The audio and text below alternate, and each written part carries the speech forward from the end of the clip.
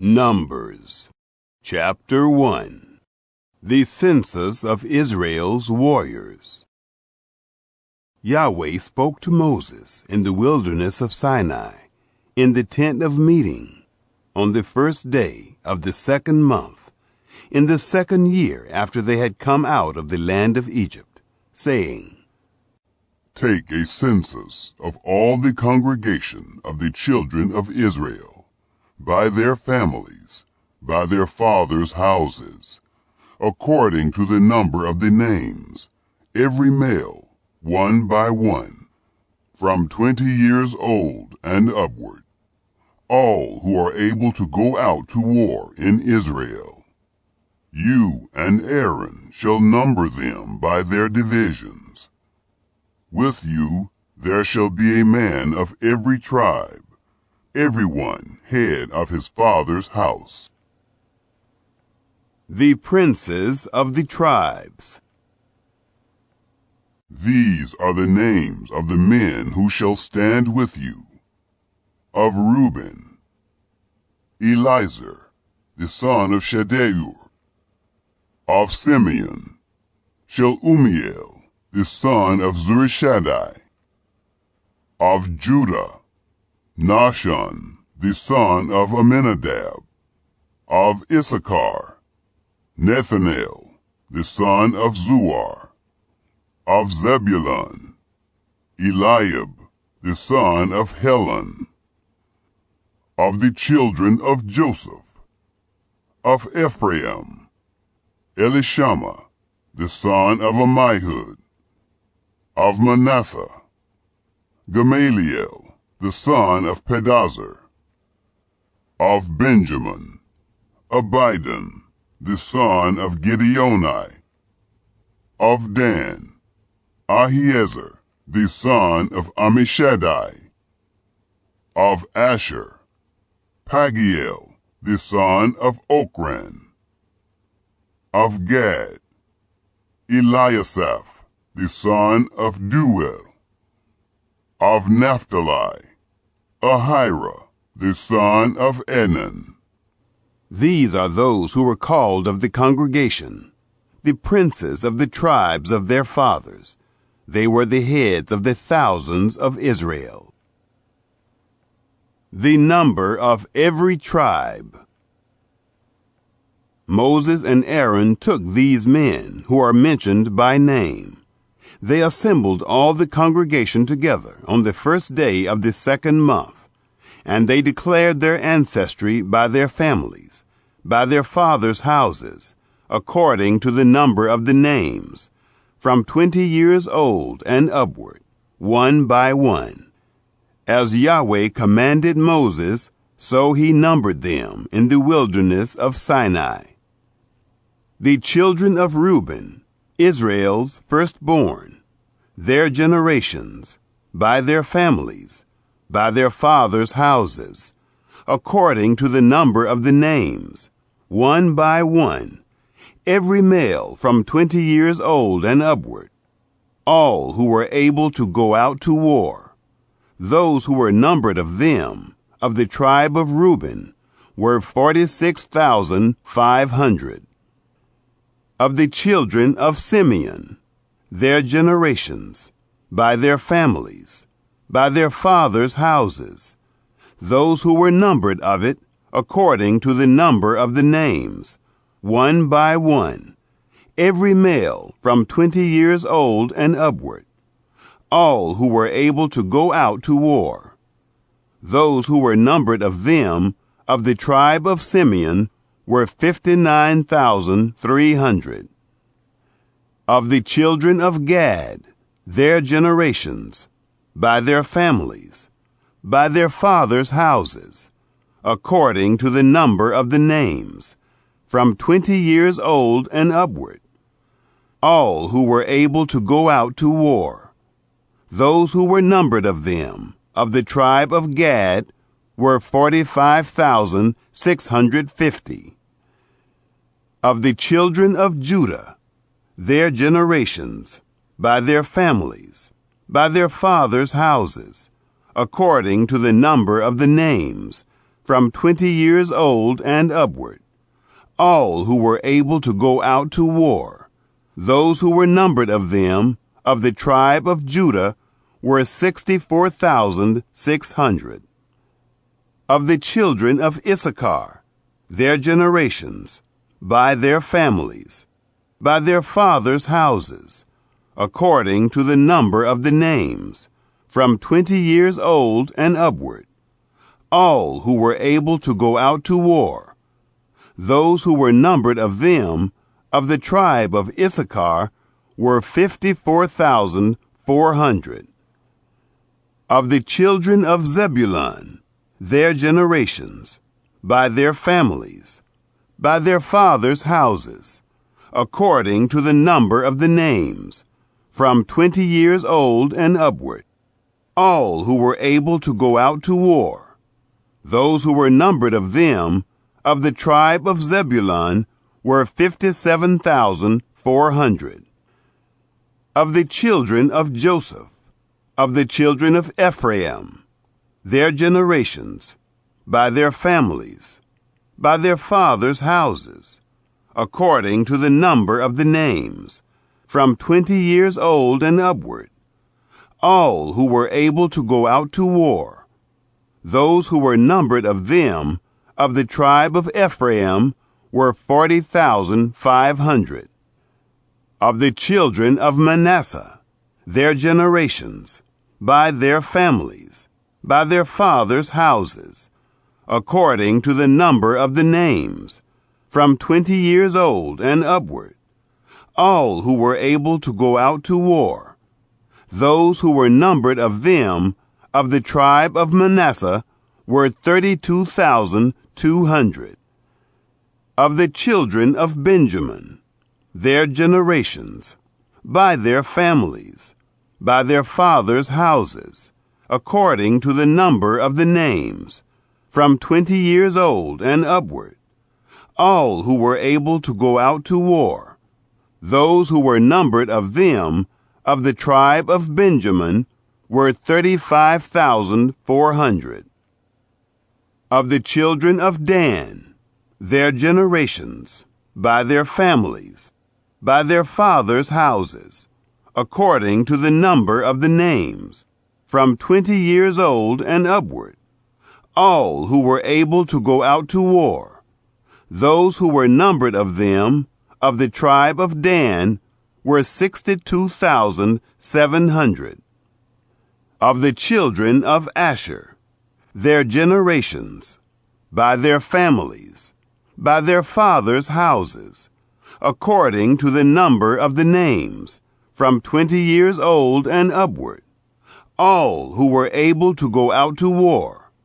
Those who were numbered of them, of the tribe of Asher, were 41,500.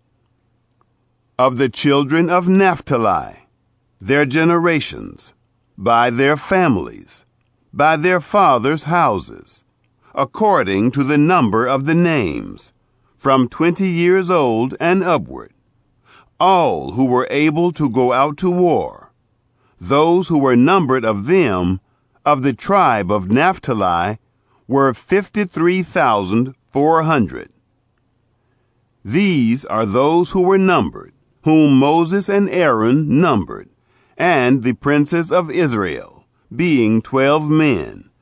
They were each one for his father's house. So all those who were numbered of the children of Israel, by their fathers' houses, from 20 years old and upward, all who were able to go out to war in Israel, even all those who were numbered, were 603,550. Levites exempted. But the Levites, after the tribe of their fathers, were not numbered among them. For Yahweh spoke to Moses, saying, Only the tribe of Levi you shall not number, neither shall you take a census of them among the children of Israel. But appoint the Levites over the tabernacle of the testimony, and over all its furnishings, and over all that belongs to it. They shall carry the tabernacle, and all its furnishings, and they shall take care of it, and shall encamp around it. When the tabernacle is to move, the Levites shall take it down. And when the tabernacle is to be set up, the Levites shall set it up. The stranger who comes near shall be put to death. The children of Israel shall pitch their tents, every man by his own camp, and every man by his own standard, according to their divisions. But the Levites shall encamp around the tabernacle of the testimony, that there may be no wrath on the congregation of the children of Israel. And the Levites shall be responsible for the tabernacle of the testimony. Thus the children of Israel did. According to all that Yahweh commanded Moses, so they did. Chapter 2. Order of the Camps. Yahweh spoke to Moses and to Aaron, saying, The children of Israel shall encamp every man by his own standard, with the banners of their fathers' houses. At a distance from the tent of meeting shall they encamp around it. Those who encamp on the east side toward the sunrise shall be of the standard of the camp of Judah, according to their divisions. And the prince of the children of Judah shall be Nahshon, the son of Amminadab. His division, and those who were numbered of them, were 74,600. Those who encamp next to him shall be the tribe of Issachar. And the prince of the children of Issachar shall be Nethanel, the son of Zuar. His division, and those who were numbered of it, were 54,400. The tribe of Zebulun, and the prince of the children of Zebulun shall be Eliab, the son of Helon. His division, and those who were numbered of it, were 57,400. All who were numbered of the camp of Judah were 186,400, according to their divisions. They shall set out first. On the south side shall be the standard of the camp of Reuben, according to their divisions. The prince of the children of Reuben shall be Elizur, the son of Shedeur. His division, and those who were numbered of it, were 46,500. Those who encamp next to him shall be the tribe of Simeon. The prince of the children of Simeon shall be Shelumiel, the son of Zurishaddai. His division, and those who were numbered of them, were 59,300. The tribe of Gad, and the prince of the children of Gad shall be Eliasaph, the son of Ruel. His division, and those who were numbered of them, were 45,650. All who were numbered of the camp of Reuben were 151,450, according to their armies. They shall set out second.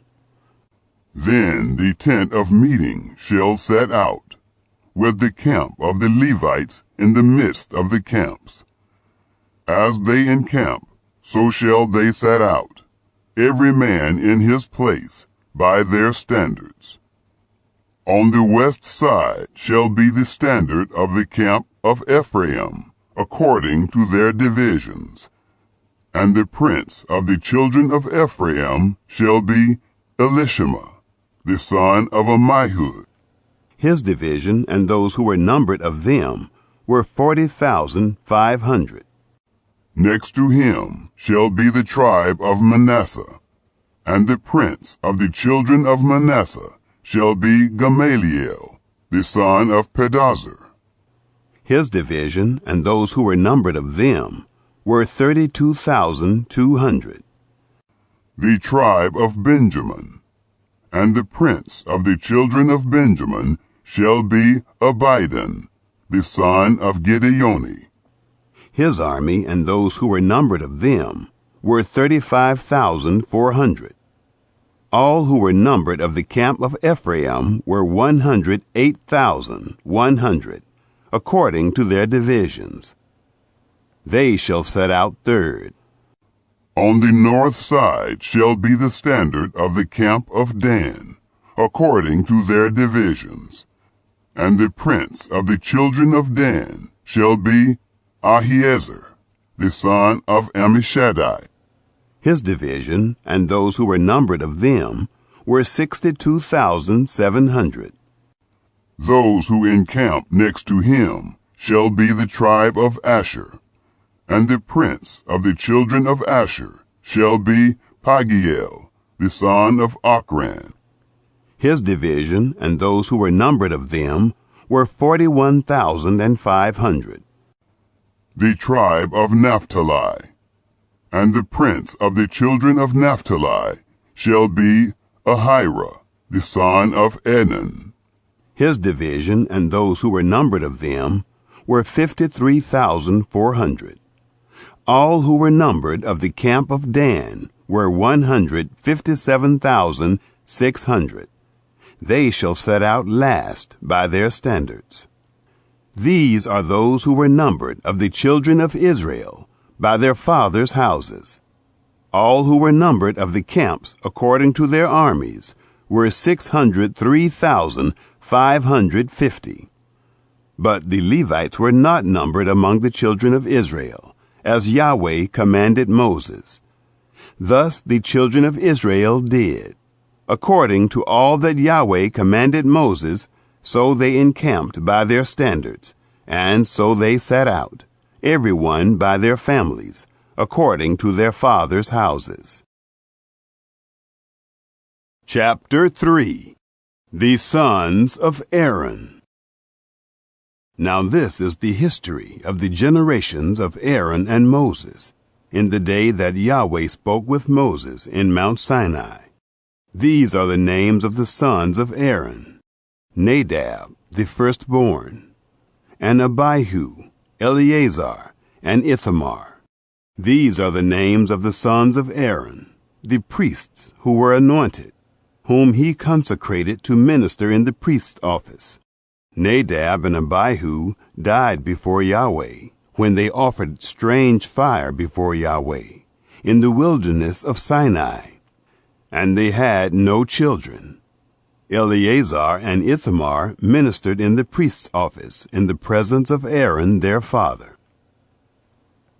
Duties of the Levites. Yahweh spoke to Moses, saying, Bring the tribe of Levi near, and set them before Aaron the priest, that they may minister to him. They shall keep his requirements, and the requirements of the whole congregation, before the tent of meeting, to do the service of the tabernacle. They shall keep all the furnishings of the tent of meeting, and the obligations of the children of Israel, to do the service of the tabernacle. You shall give the Levites to Aaron and to his sons. They are wholly given to him, on the behalf of the children of Israel. You shall appoint Aaron and his sons, and they shall keep their priesthood. The stranger who comes near shall be put to death. Yahweh spoke to Moses, saying, Behold, I have taken the Levites from among the children of Israel, instead of all the firstborn who opened the womb among the children of Israel. And the Levites shall be mine, for all the firstborn are mine. On the day that I struck down all the firstborn in the land of Egypt, I made holy to me all the firstborn in Israel, both man and animal. They shall be mine. I am Yahweh. Registration of the Levites. Yahweh spoke to Moses in the wilderness of Sinai, saying, Count the children of Levi by their fathers' houses, by their families. You shall count every male from a month old and upward. Moses numbered them according to the word of Yahweh, as he was commanded. These were the sons of Levi by their names, Gershon, and Kohath, and Merari. These are the names of the sons of Gershon by their families, Libni and Shimei. The sons of Kohath by their families, Amram and Izhar, Hebron and Uziel. The sons of Merari by their families, Malai and Mushai. These are the families of the Levites, according to their fathers' houses. The Gershonites. Of Gershon was the family of the Libnites, and the family of the Shimeites. These are the families of the Gershonites. Those who were numbered of them, according to the number of all the males, from a month old and upward, even those who were numbered of them, were 7,500. The families of the Gershonites shall encamp behind the tabernacle westward. The prince of the father's house of the Gershonites shall be Eliasaph, the son of Lael. The duty of the sons of Gershon in the tent of meeting shall be the tabernacle and the tent, its covering, and the screen for the door of the tent of meeting, and the hangings of the court, and the screen for the door of the court, which is by the tabernacle, and around the altar, and its cords for all of its service. The Kohathites. Of Kohath was the family of the Amramites, and the family of the Izharites, and the family of the Hebronites, and the family of the Uzielites. These are the families of the Kohathites. According to the number of all the males, from a month old and upward, there were 8,600, keeping the requirements of the sanctuary. The families of the sons of Kohath shall encamp on the south side of the tabernacle. The prince of the father's house of the families of the Kohathites shall be Elizaphan, the son of Uziel. Their duty shall be the ark, the table, the lampstand, the altars, the vessels of the sanctuary with which they minister, and the screen, and all its service. Eleazar, the son of Aaron the priest, shall be prince of the princes of the Levites, with the oversight of those who keep the requirements of the sanctuary. The Merarites. Of Merari was the family of the Mahlites, and the family of the Mushites. These are the families of Merari. Those who were numbered of them, according to the number of all the males, from a month old and upward, were 6,200. The prince of the father's house of the families of Merari was Zuriel, the son of Abihail. They shall encamp on the north side of the tabernacle. The appointed duty of the sons of Merari shall be the tabernacle's boards, its bars, its pillars, its sockets, all its instruments, all its service, the pillars of the court around it, their sockets, their pins, and their cords. Moses and Aaron.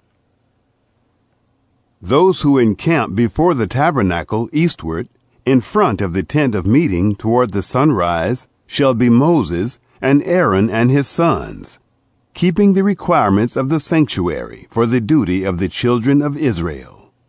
The stranger who comes near shall be put to death. All who were numbered of the Levites, whom Moses and Aaron numbered at the commandment of Yahweh, by their families, all the males from a month old and upward, were 22,000. Firstborn sons redeemed. Yahweh said to Moses, Number all the firstborn males of the children of Israel, from a month old and upward, and take the number of their names. You shall take the Levites for me. I am Yahweh, instead of all the firstborn among the children of Israel, and the livestock of the Levites instead of all the firstborn among the livestock of the children of Israel. Moses numbered, as Yahweh commanded him, all the firstborn among the children of Israel, all the firstborn males according to the number of names, from a month old and upward, of those who were numbered of them, were 22,273. Yahweh spoke to Moses, saying, Take the Levites instead of all the firstborn among the children of Israel, and the livestock of the Levites instead of their livestock, and the Levites shall be mine. I am Yahweh.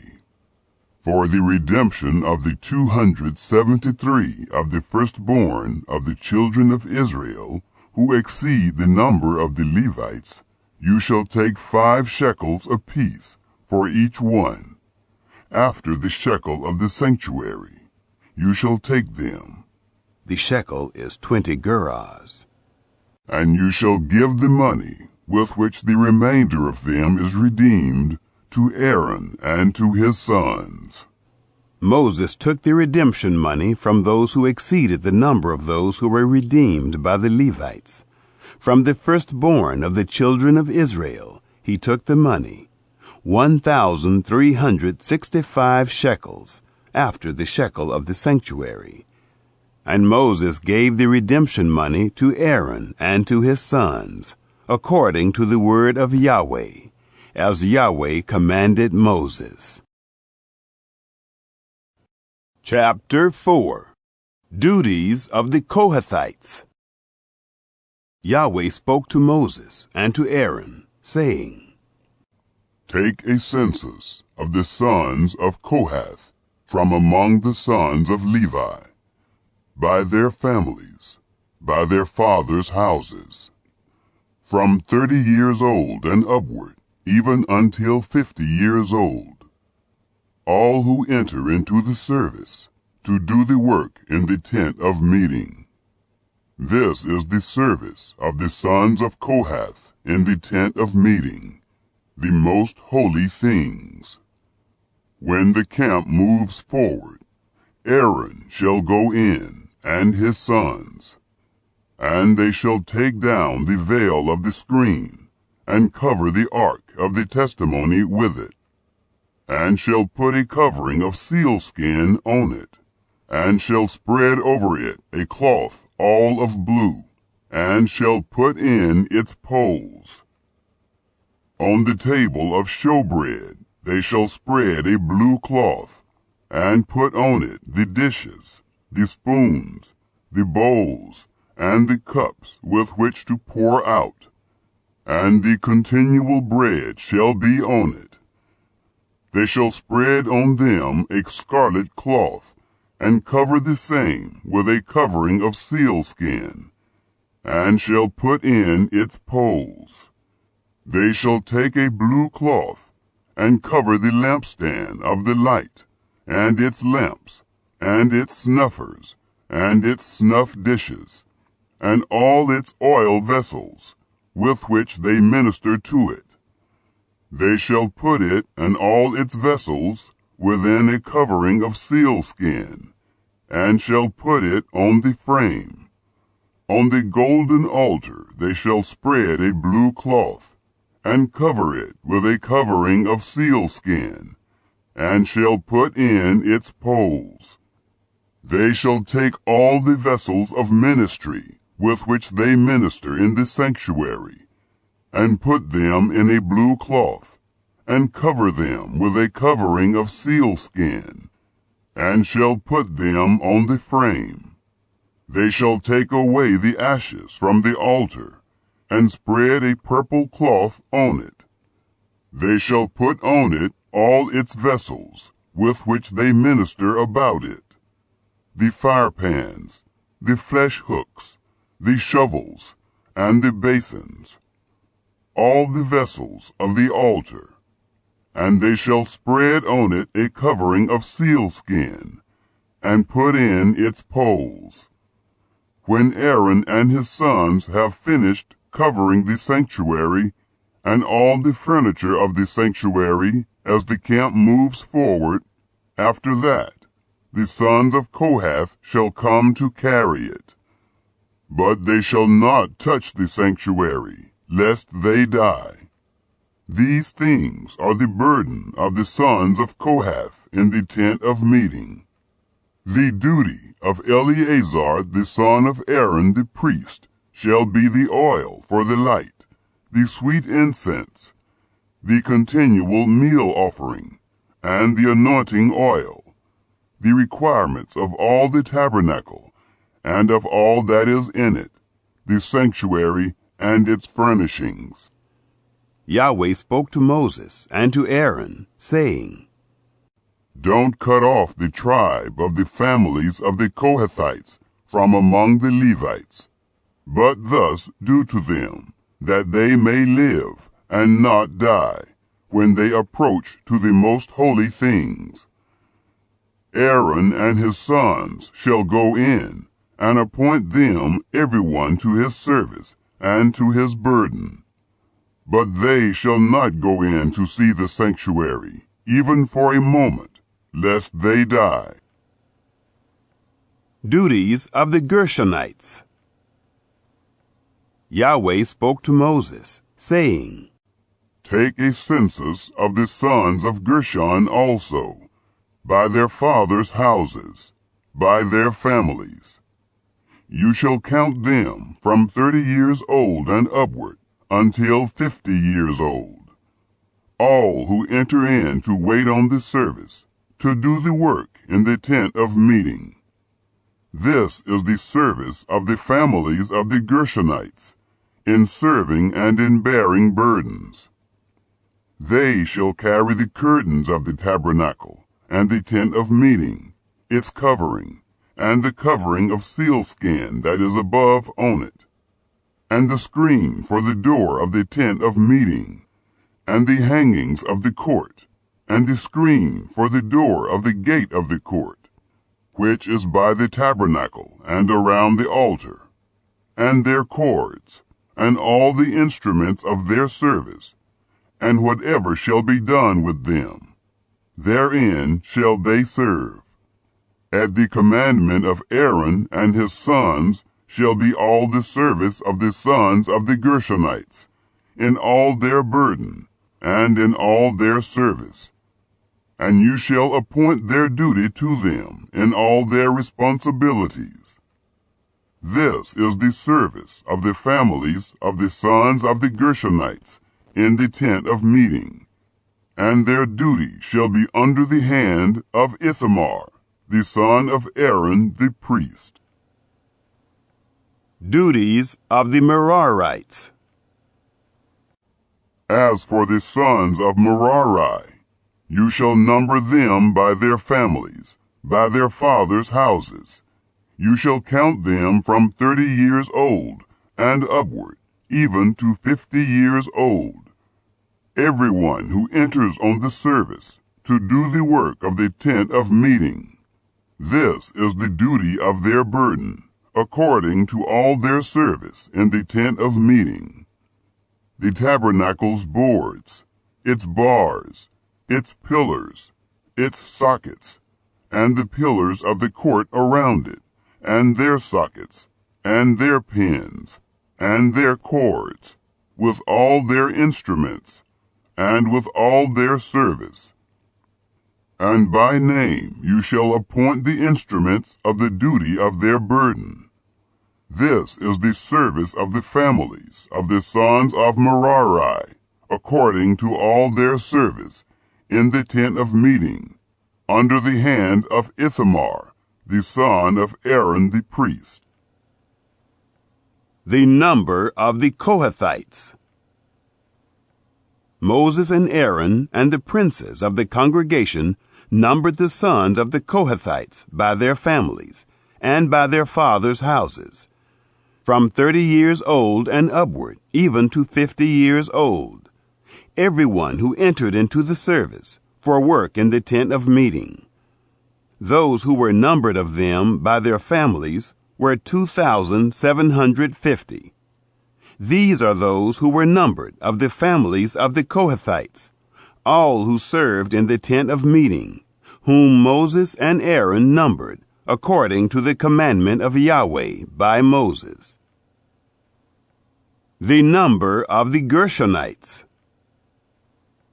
Those who were numbered of the sons of Gershon, their families, and by their fathers' houses, from 30 years old and upward, even to 50 years old, everyone who entered into the service for work in the tent of meeting, even those who were numbered of them by their families, by their fathers' houses, were 2,630. These are those who were numbered of the families of the sons of Gershon, all who served in the tent of meeting, whom Moses and Aaron numbered, according to the commandment of Yahweh. The number of the Merarites.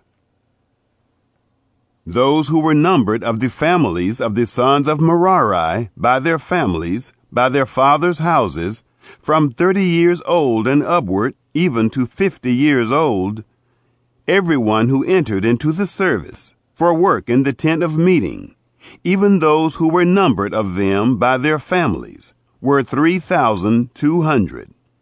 These are those who were numbered of the families of the sons of Merari, whom Moses and Aaron numbered, according to the commandment of Yahweh by Moses.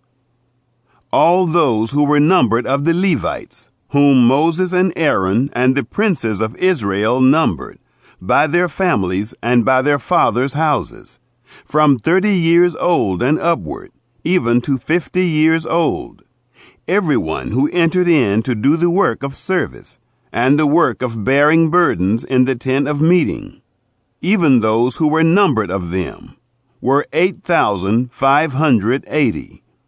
According to the commandment of Yahweh, they were numbered by Moses, everyone according to his service and according to his burden. Thus were they numbered by him, as Yahweh commanded Moses. Chapter 5. Cleansing the camps. Yahweh spoke to Moses, saying, Command the children of Israel that they put out of the camp every leper and everyone who has an issue, and whoever is unclean by the dead. Both you shall put male and female outside of the camp, that they not defile their camp, in the midst of which I dwell. The children of Israel did so, and put them out outside of the camp, as Yahweh spoke to Moses. So did the children of Israel. Restitution for trespasses. Yahweh spoke to Moses, saying, Speak to the children of Israel. When a man or woman commits any sin that men commit, so as to trespass against Yahweh, and that soul is guilty, then he shall confess his sin which he has done, and he shall make restitution for his guilt in full, and add to it the 5th part of it, and give it to him in respect of whom he has been guilty. But if the man has no kinsman to whom restitution may be made for the guilt, the restitution for guilt which is made to Yahweh shall be the priest's, besides the ram of the atonement, by which atonement shall be made for him. Every heave offering of all the holy things of the children of Israel, which they present to the priest, shall be his. Every man's holy things shall be his. Whatever any man gives the priest, it shall be his. The adultery test. Yahweh spoke to Moses, saying, Speak to the children of Israel, and tell them, if any man's wife goes astray, and is unfaithful to him, and a man lies with her carnally, and it is hidden from the eyes of her husband, and is kept close, and she is defiled, and there is no witness against her, and she isn't taken in the act, and the spirit of jealousy comes on him, and he is jealous of his wife, and she is defiled. Or if the spirit of jealousy comes on him, and he is jealous of his wife, and she isn't defiled, then the man shall bring his wife to the priest, and shall bring her offering for her, the 10th part of an ephah of barley meal. He shall pour no oil on it, nor put frankincense on it, for it is a meal offering of jealousy, a meal offering of memorial, bringing iniquity to memory. The priest shall bring her near and set her before Yahweh, and the priest shall take holy water in an earthen vessel, and of the dust that is on the floor of the tabernacle the priest shall take, and put it into the water. The priest shall set the woman before Yahweh, and let the hair of the woman's head go loose, and put the meal offering of memorial in her hands, which is the meal offering of jealousy. The priest shall have in his hand the water of bitterness that brings a curse. The priest shall cause her to swear, and shall tell the woman, if no man has lain with you, and if you haven't gone aside to uncleanness, being under your husband, be free from this water of bitterness that brings a curse. But if you have gone astray, being under your husband, and if you are defiled, and some man has lain with you besides your husband, then the priest shall cause the woman to swear with the oath of cursing, and the priest shall tell the woman, Yahweh make you a curse and an oath among your people, when Yahweh allows your thigh to fall away, and your body to swell, and this water that brings a curse will go into your bowels, and make your body swell, and your thigh fall away. The woman shall say, Amen, Amen. The priest shall write these curses in a book, and he shall blot them out into the water of bitterness. He shall make the woman drink the water of bitterness that causes the curse, and the water that causes the curse shall enter into her and become bitter. The priest shall take the meal offering of jealousy out of the woman's hand, and shall wave the meal offering before Yahweh, and bring it to the altar. The priest shall take a handful of the meal offering as its memorial, and burn it on the altar, and afterward shall make the woman drink the water. When he has made her drink the water, then it shall happen, if she is defiled, and has committed a trespass against her husband, that the water that causes the curse will enter into her, and become bitter, and her body will swell, and her thigh will fall away, and the woman will be a curse among her people. If the woman isn't defiled, but is clean, then she shall be free, and shall conceive seed. This is the law of jealousy, when a wife, being under her husband, goes astray and is defiled, or when the spirit of jealousy comes on a man, and he is jealous of his wife, Then he shall set the woman before Yahweh, and the priest shall execute on her all this law. The man shall be free from iniquity, and that woman shall bear her iniquity. Chapter 6. The Nazirite Vow. Yahweh spoke to Moses, saying, Speak to the children of Israel, and tell them, when either man or woman shall make a special vow, the vow of a Nazirite, to separate himself to Yahweh, he shall separate himself from wine and strong drink. He shall drink no vinegar of wine, or vinegar of fermented drink, neither shall he drink any juice of grapes, nor eat fresh grapes or dried. All the days of his separation he shall eat nothing that is made of the grapevine, from the seeds even to the skins. All the days of his vow of separation no razor shall come on his head, until the days are fulfilled, in which he separates himself to Yahweh. He shall be holy. He shall let the locks of the hair of his head grow long. All the days that he separates himself to Yahweh, he shall not go near a dead body. He shall not make himself unclean for his father, or for his mother, for his brother, or for his sister, when they die, because his separation to God is on his head. All the days of his separation he is holy to Yahweh. If any man dies very suddenly beside him, and he defiles the head of his separation, then he shall shave his head in the day of his cleansing.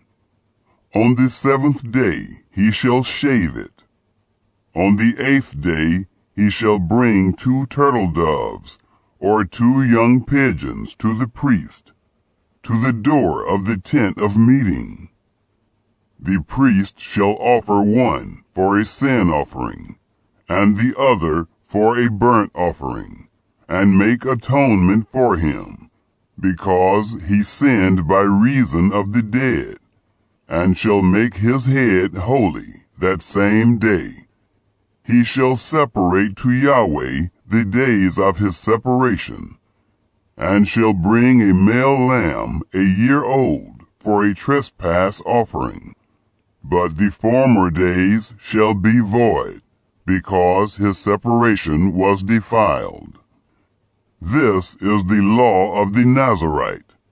When the days of his separation are fulfilled, he shall be brought to the door of the tent of meeting, and he shall offer his offering to Yahweh. 1 male lamb a year old without blemish for a burnt offering, and 1 ewe lamb a year old without blemish for a sin offering, and 1 ram without blemish for peace offerings, and a basket of unleavened bread, cakes of fine flour mixed with oil, and unleavened wafers anointed with oil, and their meal offering, and their drink offerings. The priest shall present them before Yahweh, and shall offer his sin offering, and his burnt offering. He shall offer the ram for a sacrifice of peace offerings to Yahweh, with the basket of unleavened bread. The priest shall offer also its meal offering, and its drink offering. The Nazirite shall shave the head of his separation at the door of the tent of meeting, and shall take the hair of the head of his separation, and put it on the fire, which is under the sacrifice of peace offerings. The priest shall take the boiled shoulder of the ram, and 1 unleavened cake out of the basket, and 1 unleavened wafer, and shall put them on the hands of the Nazarite, after he has shaved the head of his separation. And the priest shall wave them for a wave offering before Yahweh. This is holy for the priest, together with the breast that is waved, and the thigh that is offered. After that the Nazarite may drink wine. This is the law of the Nazarite who vows, and of his offering to Yahweh for his separation, besides that which he is able to get. According to his vow which he vows, so he must do, after the law of his separation. Aaron's blessing. Yahweh spoke to Moses, saying, Speak to Aaron and to his sons, saying, This is how you shall bless the children of Israel. You shall tell them, Yahweh bless you and keep you. Yahweh make his face to shine on you, and be gracious to you. Yahweh lift up his face toward you, and give you peace. So they shall put my name on the children of Israel, and I will bless them. Chapter 7. Offerings of Dedication. It happened on the day that Moses had finished setting up the tabernacle, and had anointed it and sanctified it, with all its furniture, and the altar with all its vessels, and had anointed and sanctified them, that the princes of Israel, the heads of their fathers' houses, offered. These were the princes of the tribes. These are they who were over those who were numbered, and they brought their offering before Yahweh. 6 covered wagons, and 12 oxen, a wagon for every 2 of the princes, and for each one an ox. And they presented them before the tabernacle. Yahweh spoke to Moses, saying, Accept these from them, that they may be used in doing the service of the tent of meeting. And you shall give them to the Levites, to every man according to his service. Moses took the wagons and the oxen, and gave them to the Levites. He gave 2 wagons and 4 oxen to the sons of Gershon, according to their service. And he gave 4 wagons and 8 oxen to the sons of Merari, according to their service, under the direction of Ithamar, the son of Aaron the priest. But to the sons of Kohath he gave none, because the service of the sanctuary belonged to them. They carried it on their shoulders. The princes gave offerings for the dedication of the altar in the day that it was anointed. Even the princes gave their offerings before the altar. Yahweh said to Moses, They shall offer their offering, each prince on his day, for the dedication of the altar. He who offered his offering the first day was Nahshon, the son of Amminadab, of the tribe of Judah, and his offering was 1 silver platter, the weight of which was 130 shekels, 1 silver bowl of 70 shekels, after the shekel of the sanctuary, both of them full of fine flour mixed with oil for a meal offering, 1 golden ladle of 10 shekels, full of incense, 1 young bull, 1 ram, 1 male lamb a year old for a burnt offering, 1 male goat for a sin offering, and for the sacrifice of peace offerings, 2 head of cattle, 5 rams, 5 male goats, and 5 male lambs a year old. This was the offering of Nahshon, the son of Amminadab. On the second day, Nethanel, the son of Zuar, prince of Issachar, gave his offering. He offered for his offering 1 silver platter, the weight of which was 130 shekels, 1 silver bowl of 70 shekels, after the shekel of the sanctuary, both of them full of fine flour mixed with oil, for a meal offering. 1 golden ladle of 10 shekels, full of incense. 1 young bull, 1 ram, 1 male lamb a year old, for a burnt offering. 1 male goat for a sin offering. And for the sacrifice of peace offerings, 2 head of cattle, 5 rams, 5 male goats, 5 male lambs a year old. This was the offering of Nethanel, the son of Zuar. On the 3rd day, Eliab, the son of Helon, prince of the children of Zebulun, gave his offering. 1 silver platter, the weight of which was 130 shekels. 1 silver bowl of 70 shekels, after the shekel of the sanctuary, both of them full of fine flour mixed with oil, for a meal offering. 1 golden ladle of 10 shekels, full of incense. 1 young bull, 1 ram, 1 male lamb a year old, for a burnt offering.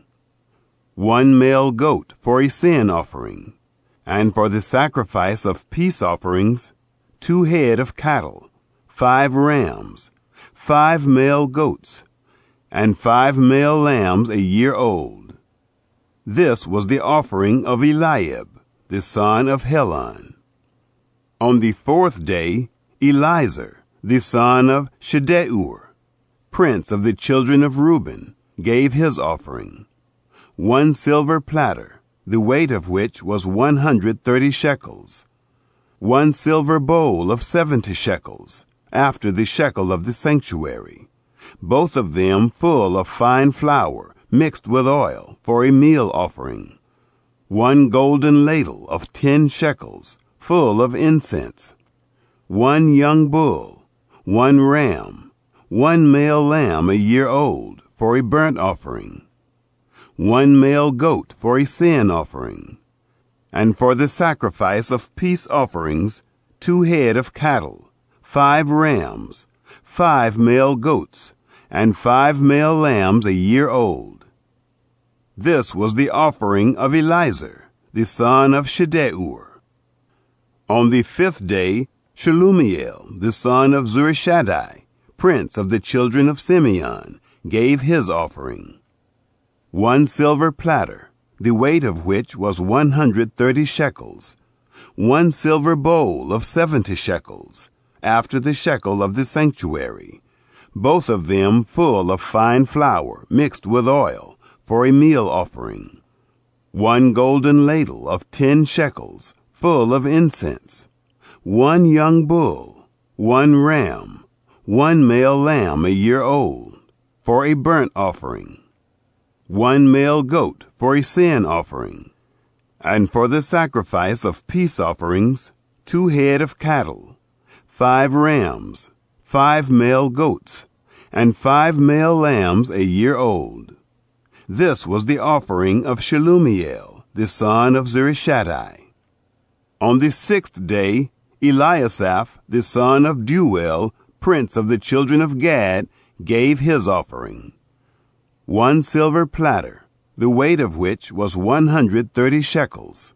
1 silver bowl of 70 shekels, after the shekel of the sanctuary, both of them full of fine flour mixed with oil, for a meal offering. 1 golden ladle of 10 shekels, full of incense.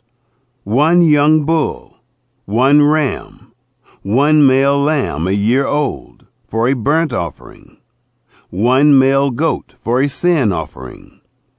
And for the sacrifice of peace offerings, 2 head of cattle, 5 rams, 5 male goats, and 5 male lambs a year old. This was the offering of Eliasaph, the son of Deuel. On the 7th day, Elishama, the son of Ammihud, prince of the children of Ephraim, gave his offering. 1 silver platter, the weight of which was 130 shekels.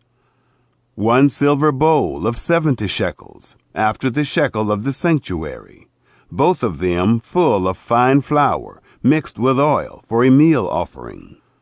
1 golden ladle of 10 shekels, full of incense. 1 young bull, 1 ram, 1 male lamb a year old for a burnt offering, 1 male goat for a sin offering, and for the sacrifice of peace offerings, 2 head of cattle, 5 rams, 5 male goats, and 5 male lambs a year old. This was the offering of Elishama, the son of Ammihud. On the 8th day, Gamaliel, the son of Pedazur, prince of the children of Manasseh, gave his offering. 1 silver platter, the weight of which was 130 shekels. 1 silver bowl of 70 shekels, after the shekel of the sanctuary, both of them full of fine flour mixed with oil, for a meal offering. 1 golden ladle of 10 shekels, full of incense. 1 young bull, 1 ram, 1 male lamb a year old, for a burnt offering. 1 male goat for a sin offering. And for the sacrifice of peace offerings, 2 head of cattle, 5 rams, 5 male goats, and 5 male lambs a year old. This was the offering of Gamaliel, the son of Pedazur. On the 9th day, Abidan, the son of Gideoni, prince of the children of Benjamin, gave his offering. 1 silver platter, the weight of which was 130 shekels. 1 silver bowl of 70 shekels, after the shekel of the sanctuary, both of them full of fine flour mixed with oil for a meal offering. 1 golden ladle of 10 shekels, full of incense. 1 young bull, 1 ram, 1 male lamb a year old for a burnt offering. 1 male goat for a sin offering. And for the sacrifice of peace offerings, 2 head of cattle, 5 rams, 5 male goats, and 5 male lambs a year old. This was the offering of Abidan, the son of Gideoni. On the 10th day, Ahiezer, the son of Ammishaddai, prince of the children of Dan, gave his offering. 1 silver platter, the weight of which was 130 shekels. 1 silver bowl of 70 shekels, after the shekel of the sanctuary, both of them full of fine flour mixed with oil, for a meal offering. 1 golden ladle of 10 shekels, full of incense. 1 young bull, 1 ram, 1 male lamb a year old, for a burnt offering. 1 male goat for a sin offering. And for the sacrifice of peace offerings, 2 head of cattle, 5 rams, 5 male goats, and 5 male lambs a year old. This was the offering of Ahiezer, the son of Ammishaddai. On the 11th day, Pagiel, the son of Ochran, prince of the children of Asher, gave his offering. 1 silver platter, the weight of which was 130 shekels. 1 silver bowl of 70 shekels, after the shekel of the sanctuary, both of them full of fine flour mixed with oil, for a meal offering. 1 golden ladle of 10 shekels, full of incense. 1 young bull, 1 ram, 1 male lamb a year old, for a burnt offering. 1 male goat for a sin offering. And for the sacrifice of peace offerings, 2 head of cattle, 5 rams, 5 male goats, and 5 male lambs a year old. This was the offering of Pagiel, the son of Ochran. On the 12th day, Ahira, the son of Enan, prince of the children of Naphtali, gave his offering. 1 silver platter, the weight of which was 130 shekels. 1 silver bowl of 70 shekels, after the shekel of the sanctuary, both of them full of fine flour mixed with oil for a meal offering, 1 golden spoon of 10 shekels full of incense, 1 young bull, 1 ram, 1 male lamb a year old for a burnt offering, 1 male goat for a sin offering, and for the sacrifice of peace offerings, 2 head of cattle, 5 rams, 5 male goats, and 5 male lambs a year old. This was the offering of Ahira, the son of Enan. This was the dedication of the altar, on the day when it was anointed by the princes of Israel. 12 silver platters, 12 silver bowls, 12 golden ladles, each silver platter weighing 130 shekels, and each bowl 70. All the silver of the vessels 2,400 shekels, after the shekel of the sanctuary. The 12 golden ladles, full of incense, weighing 10 shekels apiece, after the shekel of the sanctuary. All the gold of the ladles weighed 120 shekels. All the cattle for the burnt offering, 12 bulls, the rams, 12, the male lambs a year old, 12, and their meal offering, and the male goats for a sin offering, 12. And all the cattle for the sacrifice of peace offerings, 24 bulls, the rams 60, the male goats 60, the male lambs a year old 60. This was the dedication of the altar, after it was anointed. When Moses went into the tent of meeting to speak with Yahweh, he heard his voice speaking to him from above the mercy seat that was on the ark of the testimony, from between the 2 cherubim. And he spoke to him. Chapter 8. The 7 Lamps. Yahweh spoke to Moses, saying, Speak to Aaron, and tell him, when you light the lamps, the 7 lamps shall give light in front of the lampstand. Aaron did so. He lit its lamps to light the area in front of the lampstand, as Yahweh commanded Moses. This was the workmanship of the lampstand, beaten work of gold. From its base to its flowers, it was beaten work, according to the pattern which Yahweh had shown Moses. So he made the lampstand. Cleansing the Levites. Yahweh spoke to Moses, saying, Take the Levites from among the children of Israel, and cleanse them. You shall do this to them, to cleanse them. Sprinkle the water of cleansing on them. Let them shave their whole bodies with a razor, and let them wash their clothes, and cleanse themselves. Then let them take a young bull, and its meal offering, fine flour mixed with oil, and another young bull you shall take for a sin offering. You shall present the Levites before the tent of meeting. You shall assemble the whole congregation of the children of Israel.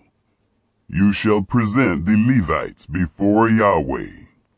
The children of Israel shall lay their hands on the Levites, and Aaron shall offer the Levites before Yahweh for a wave offering on the behalf of the children of Israel, that it may be theirs to do the service of Yahweh.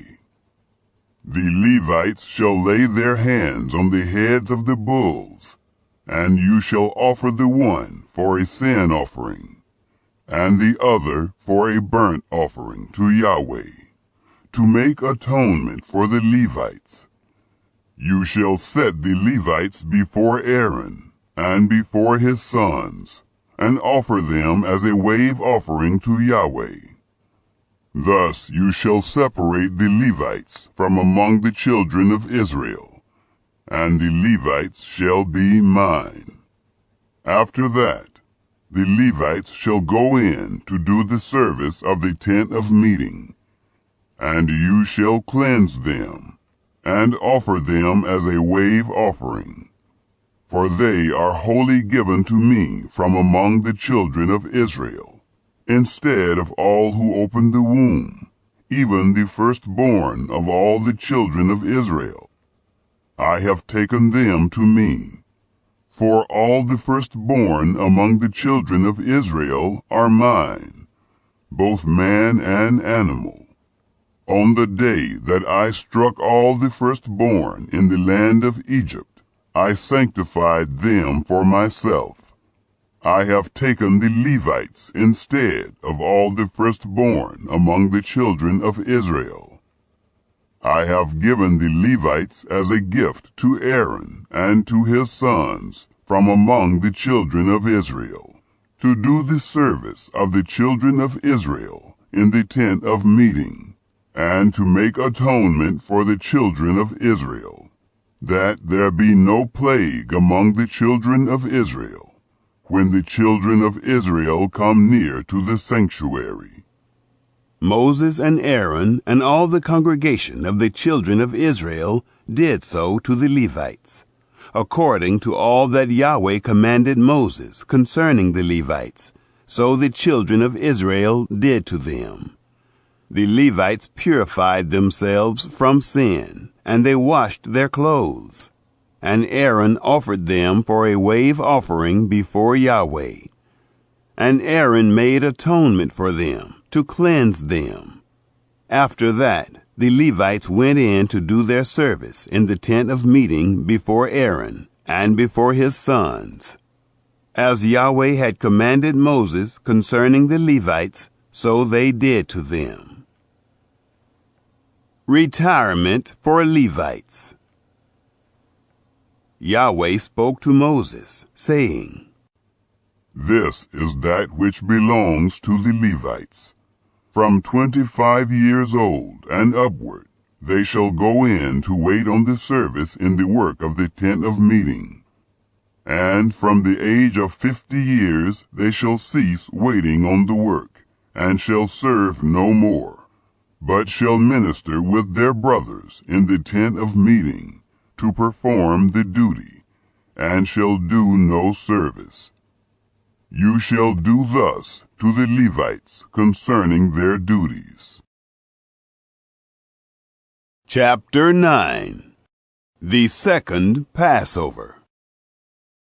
Yahweh spoke to Moses in the wilderness of Sinai, in the first month of the second year, after they had come out of the land of Egypt, saying, Moreover, let the children of Israel keep the Passover in its appointed season.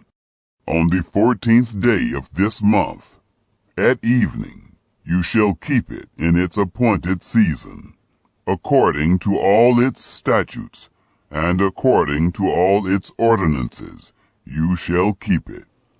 Moses spoke to the children of Israel, that they should keep the Passover. They kept the Passover in the first month, on the 14th day of the month, at evening, in the wilderness of Sinai. According to all that Yahweh commanded Moses, so the children of Israel did. There were certain men who were unclean because of the dead body of a man, so that they could not keep the Passover on that day. And they came before Moses and before Aaron on that day. Those men said to him, We are unclean because of the dead body of a man. Why are we kept back, that we may not offer the offering of Yahweh in its appointed season among the children of Israel? Moses answered them, Wait, that I may hear what Yahweh will command concerning you.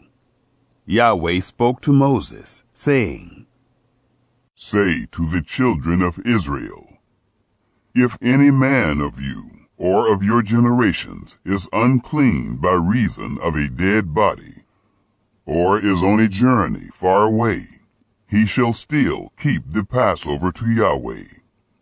In the second month, on the 14th day at evening, they shall keep it. They shall eat it with unleavened bread and bitter herbs. They shall leave none of it until the morning, nor break a bone of it.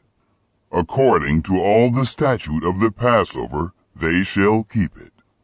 But the man who is clean, and is not on a journey, and fails to keep the Passover, that soul shall be cut off from his people, because he didn't offer the offering of Yahweh in its appointed season.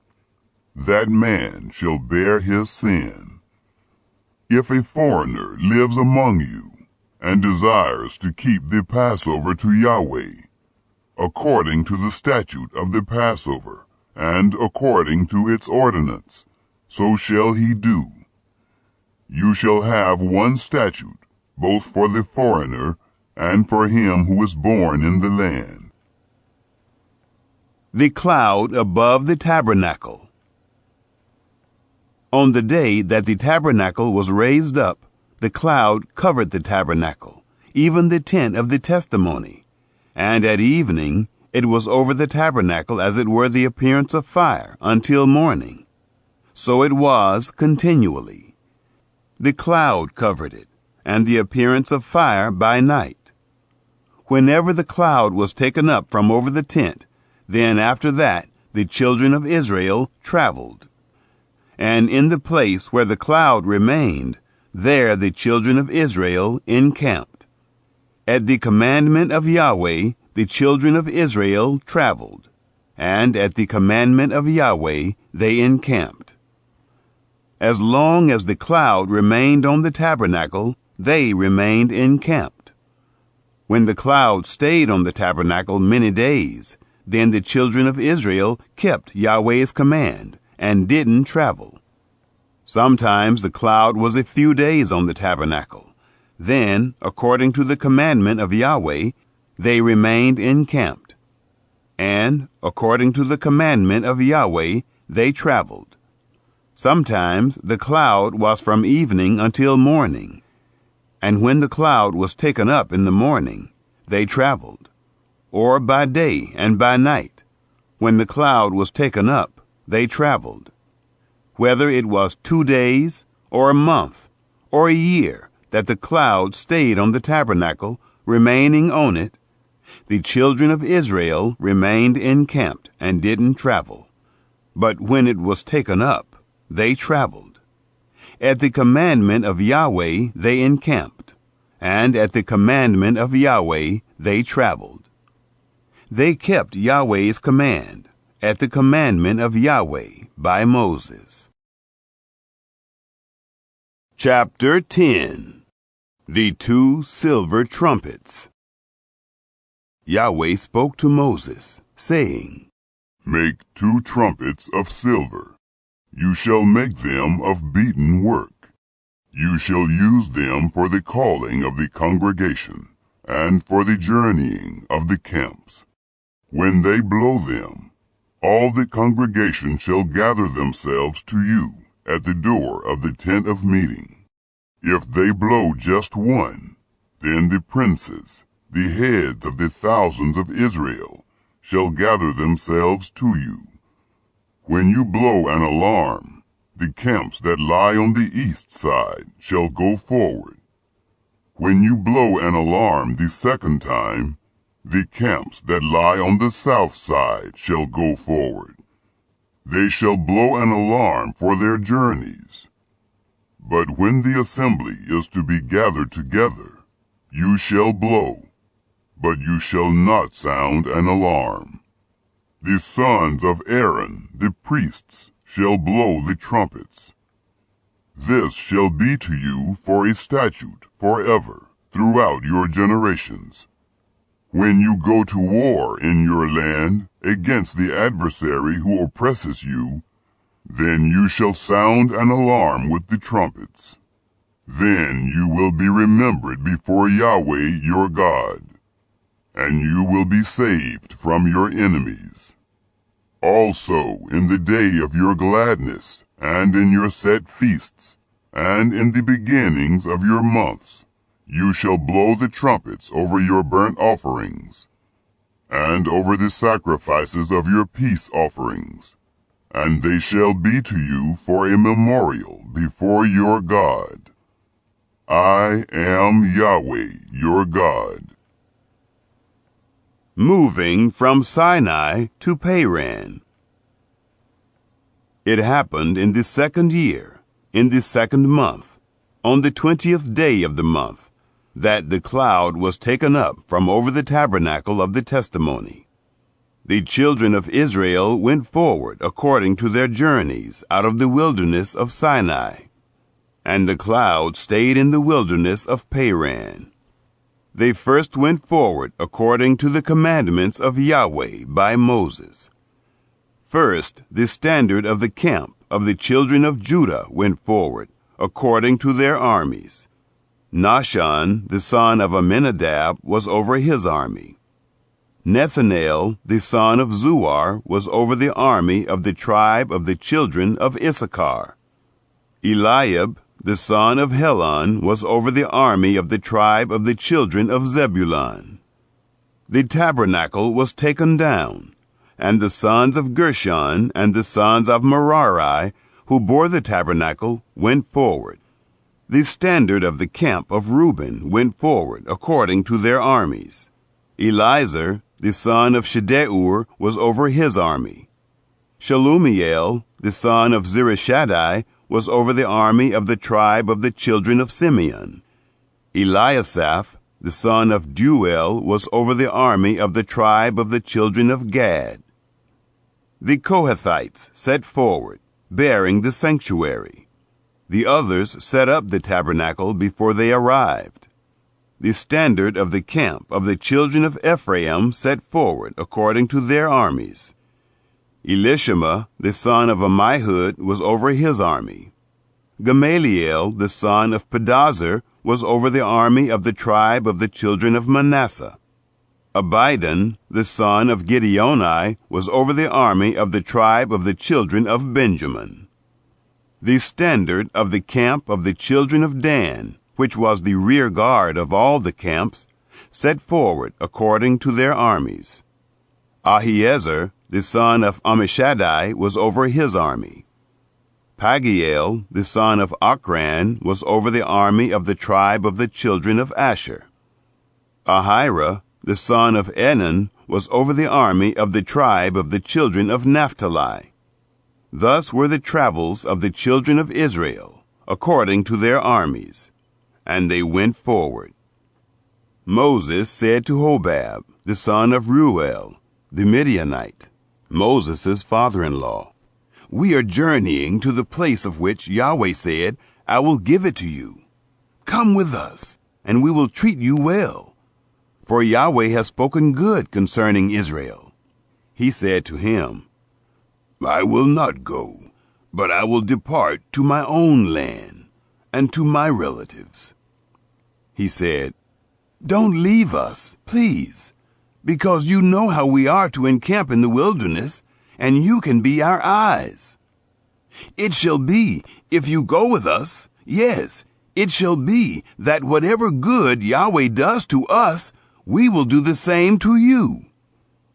They set forward from the mount of Yahweh 3 days' journey. The ark of the covenant of Yahweh went before them 3 days' journey, to seek out a resting place for them. The cloud of Yahweh was over them by day, when they set forward from the camp. It happened, when the ark went forward, that Moses said, "Rise up, Yahweh, and let your enemies be scattered. Let those who hate you flee before you." When it rested, he said, "Return, Yahweh, to the 10,000s of the thousands of Israel."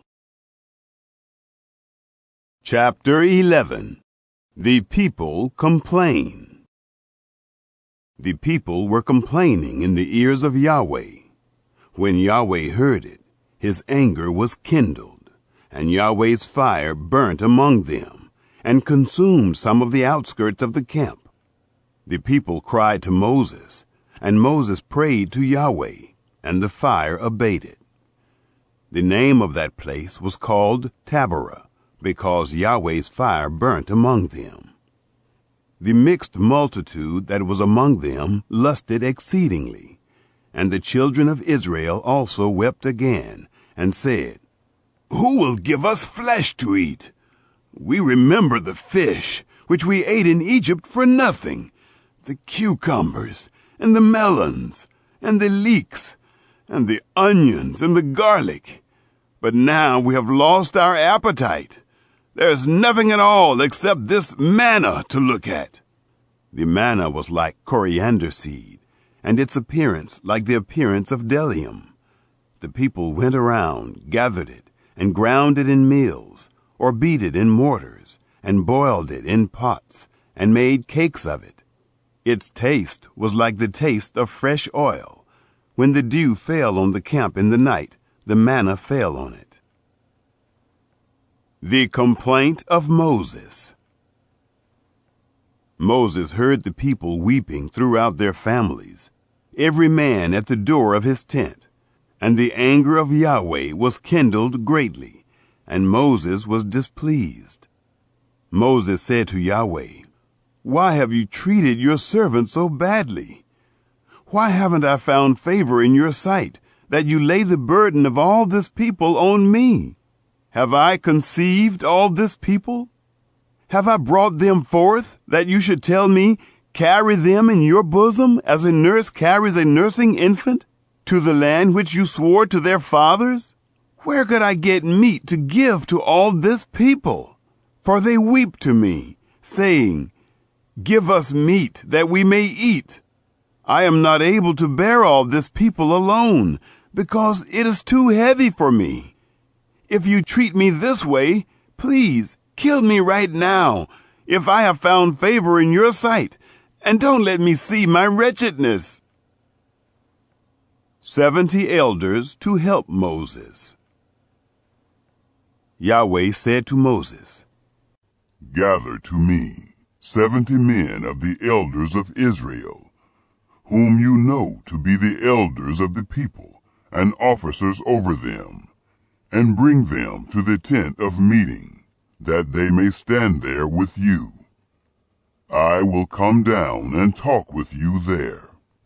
I will take of the Spirit which is on you, and will put it on them, and they shall bear the burden of the people with you, that you not bear it yourself alone. The people receive meat for a month. Say to the people, Sanctify yourselves against tomorrow, and you will eat flesh. For you have wept in the ears of Yahweh, saying, Who will give us flesh to eat? For it was well with us in Egypt. Therefore Yahweh will give you flesh, and you will eat. You will not eat 1 day, nor 2 days, nor 5 days, neither 10 days, nor 20 days, but a whole month, until it come out at your nostrils, and it is loathsome to you, because that you have rejected Yahweh who is among you, and have wept before him, saying, Why did we come out of Egypt? Moses' faith staggered. Moses said, The people among whom I am are 600,000 men on foot, and you have said, I will give them flesh, that they may eat a whole month. Shall flocks and herds be slaughtered for them, to be sufficient for them? Shall all the fish of the sea be gathered together for them, to be sufficient for them? Yahweh said to Moses, Has Yahweh's hand grown short? Now you will see whether my word will happen to you or not. Moses went out and told the people the words of Yahweh. And he gathered 70 men of the elders of the people, and set them around the tent. Yahweh came down in the cloud, and spoke to him, and took of the Spirit that was on him, and put it on the 70 elders. And it happened that when the Spirit rested on them, they prophesied, but they did so no more. But 2 men remained in the camp, The name of one was Eldad, and the name of the other Medad. And the Spirit rested on them. And they were of those who were written, but had not gone out to the tent. And they prophesied in the camp. A young man ran and told Moses, and said, Eldad and Medad are prophesying in the camp. Joshua the son of Nun, the servant of Moses, one of his chosen men, answered, My lord Moses, forbid them. Moses said to him, Are you jealous for my sake? I wish that all Yahweh's people were prophets, that Yahweh would put his Spirit on them. Moses went into the camp, he and the elders of Israel. The quail and the plague. A wind from Yahweh went out and brought quails from the sea, and let them fall by the camp, about a day's journey on this side, and a day's journey on the other side, around the camp, and about 2 cubits above the surface of the earth. The people rose up all that day, and all the night, and all the next day, and gathered the quails. He who gathered least gathered 10 homers, and they spread them all abroad for themselves around the camp, while the flesh was yet between their teeth, before it was chewed. The anger of Yahweh was kindled against the people, and Yahweh struck the people with a very great plague. The name of that place was called Kibroth-Hattaavah, because there they buried the people who lusted. From Kibroth-Hattaavah the people traveled to Hazeroth, and they stayed at Hazeroth. Chapter 12. The murmuring of Miriam and Aaron. Miriam and Aaron spoke against Moses because of the Cushite woman whom he had married, for he had married a Cushite woman. They said, Has Yahweh indeed spoken only with Moses? Hasn't he spoken also with us? And Yahweh heard it. Now the man Moses was very humble, above all the men who were on the surface of the earth. Yahweh spoke suddenly to Moses, to Aaron, and to Miriam. You 3 come out to the tent of meeting. The 3 of them came out. Yahweh came down in a pillar of cloud, and stood at the door of the tent, and called Aaron and Miriam, and they both came forward. He said, Hear now my words. If there is a prophet among you, I, Yahweh, will make myself known to him in a vision. I will speak with him in a dream. My servant Moses is not so. He is faithful in all my house. With him I will speak mouth to mouth, even plainly, and not in riddles. And he shall see Yahweh's form. Why then were you not afraid to speak against my servant, against Moses? The anger of Yahweh was kindled against them, and he departed. The cloud departed from over the tent, and behold, Miriam was leprous, as white as snow. Aaron looked at Miriam, and behold, she was leprous. Aaron said to Moses, "O my Lord, please don't count this sin against us, in which we have done foolishly, and in which we have sinned. Let her not, I pray, be as one dead, of whom the flesh is half consumed when he comes out of his mother's womb." Moses cried to Yahweh, saying, "Heal her, God, I beg you." Yahweh said to Moses, If her father had but spit in her face, shouldn't she be ashamed 7 days? Let her be shut up outside of the camp 7 days, and after that she shall be brought in again. Miriam was shut up outside of the camp 7 days, and the people didn't travel until Miriam was brought in again. Afterward, the people traveled from Hazeroth and encamped in the wilderness of Paran. Chapter 13. Spies sent to Canaan. Yahweh spoke to Moses, saying, Send men, that they may spy out the land of Canaan, which I give to the children of Israel. Of every tribe of their fathers you shall send a man, every one a prince among them. Moses sent them from the wilderness of Paran, according to the commandment of Yahweh. All of them men who were heads of the children of Israel. These were their names. Of the tribe of Reuben, Shammua, the son of Zaccur. Of the tribe of Simeon, Shaphat, the son of Hori. Of the tribe of Judah, Caleb, the son of Jephunneh. Of the tribe of Issachar, Igal, the son of Joseph. Of the tribe of Ephraim, Hoshea, the son of Nun. Of the tribe of Benjamin, Palti, the son of Raphu. Of the tribe of Zebulun, Gadiel, the son of Sodai. Of the tribe of Joseph, namely, of the tribe of Manasseh, Gadai, the son of Susai. Of the tribe of Dan, Amiel, the son of Gemalli. Of the tribe of Asher, Sethur, the son of Michael. Of the tribe of Naphtali, Nabai, the son of Vophsi. Of the tribe of Gad, Guel, the son of Machi. These are the names of the men who Moses sent to spy out the land. Moses called Hoshea, the son of Nun, Joshua. Instructions to the spies.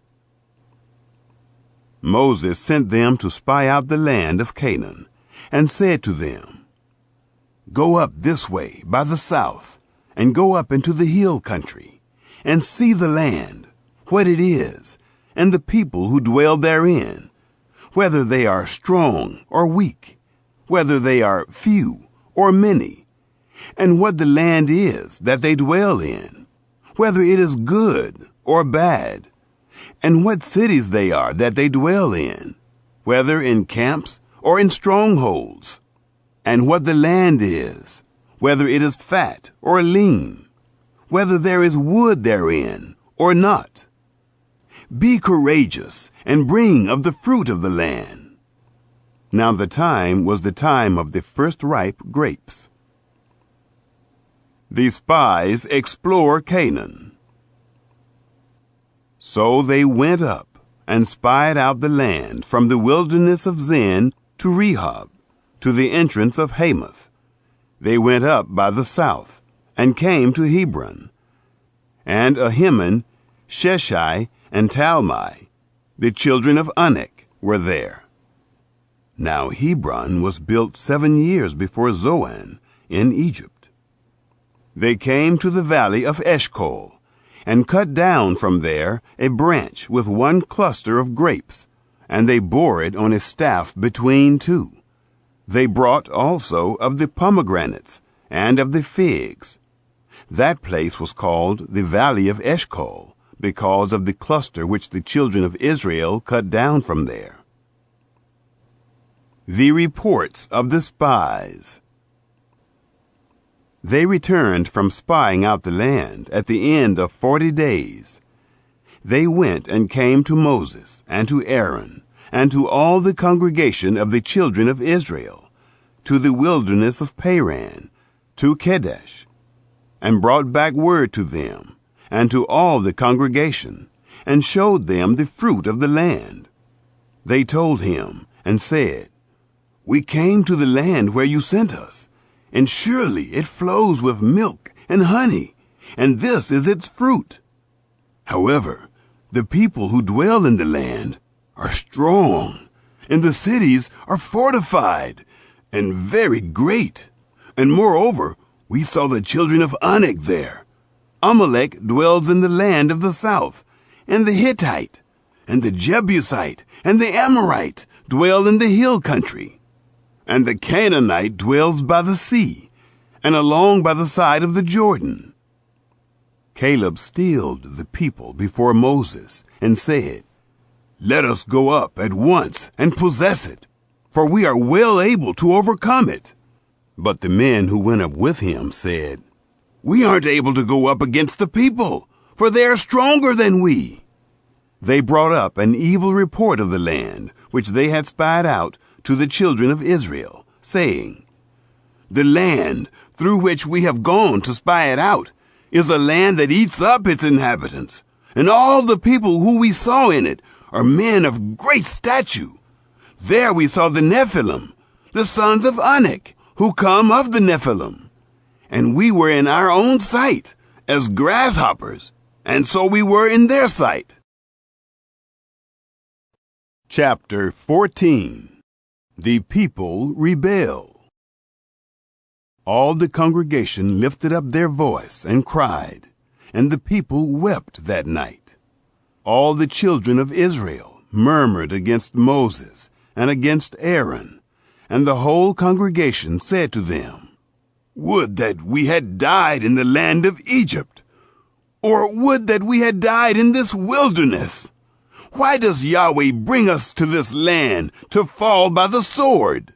Our wives and our little ones will be a prey. Wouldn't it be better for us to return into Egypt?" They said one to another, "Let us make a captain, and let us return into Egypt." Then Moses and Aaron fell on their faces before all the assembly of the congregation of the children of Israel.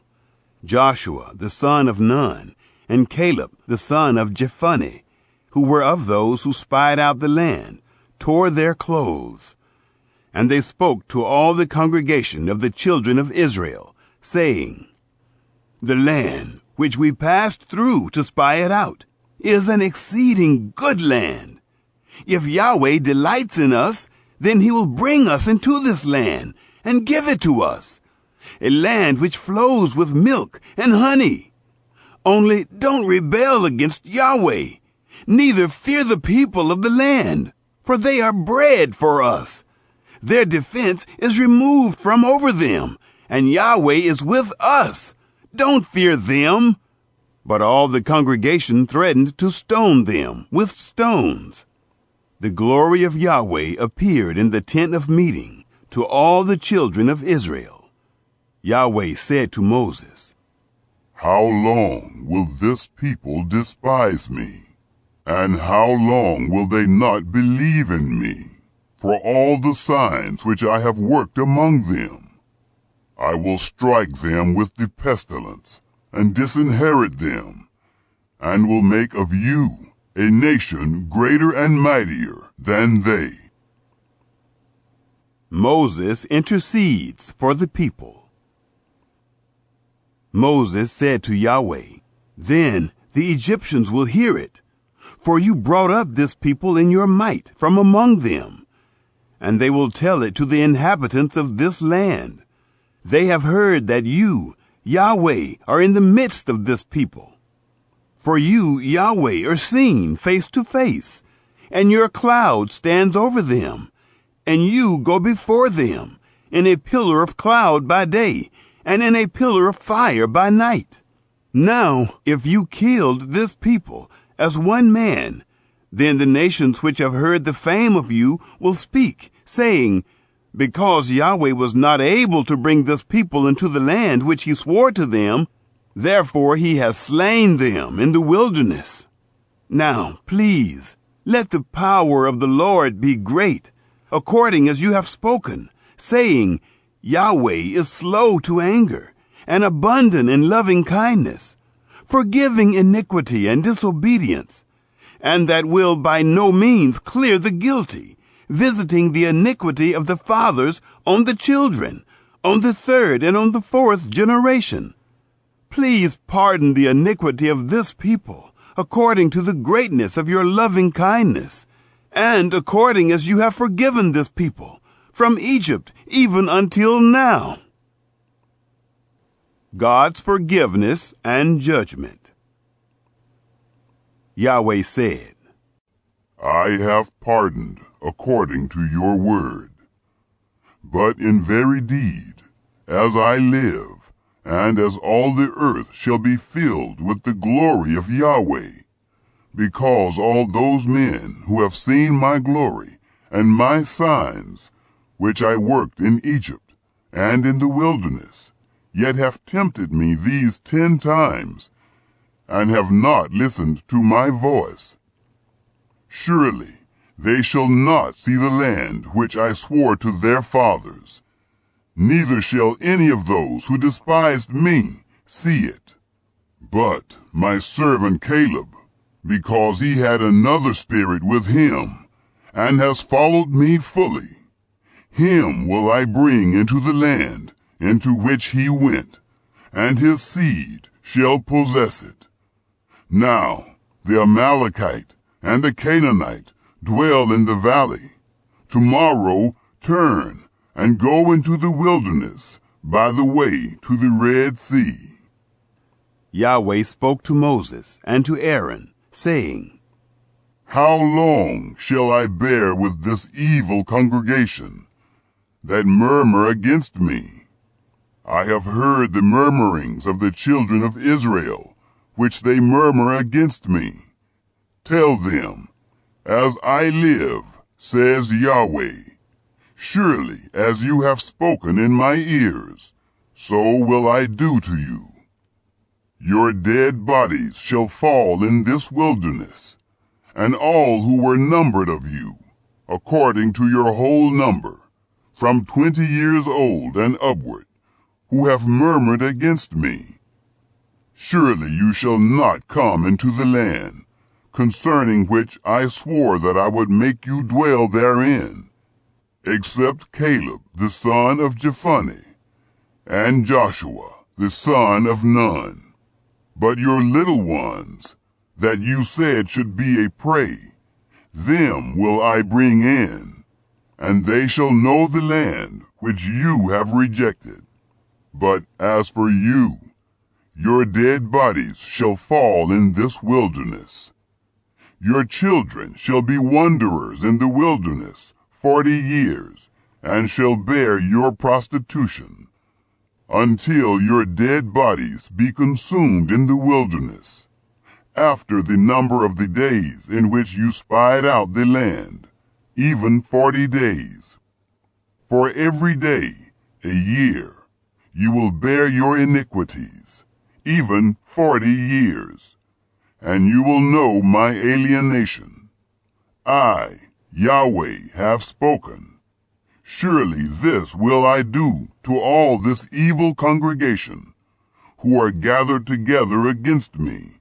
In this wilderness they shall be consumed, and there they shall die. The plague on the 10 spies. The men whom Moses sent to spy out the land, who returned, and made all the congregation to murmur against him by bringing up an evil report against the land, even those men who did bring up an evil report of the land, died by the plague before Yahweh. But Joshua, the son of Nun, and Caleb, the son of Jephunneh, remained alive of those men who went to spy out the land. Moses told these words to all the children of Israel, and the people mourned greatly. Defeat by Amalekites and Canaanites. They rose up early in the morning and went up to the top of the mountain, saying, Behold, we are here, and will go up to the place which Yahweh has promised, for we have sinned. Moses said, Why now do you disobey the commandment of Yahweh, since it shall not prosper? Don't go up, for Yahweh isn't among you, that you not be struck down before your enemies. For there the Amalekite and the Canaanite are before you, and you shall fall by the sword, because you are turned back from following Yahweh. Therefore Yahweh will not be with you. But they presumed to go up to the top of the mountain. Nevertheless, the ark of the covenant of Yahweh and Moses didn't depart out of the camp. Then the Amalekite came down, and the Canaanite who lived in that mountain, and struck them and beat them down, even to Hormah. Chapter 15. Laws about sacrifices.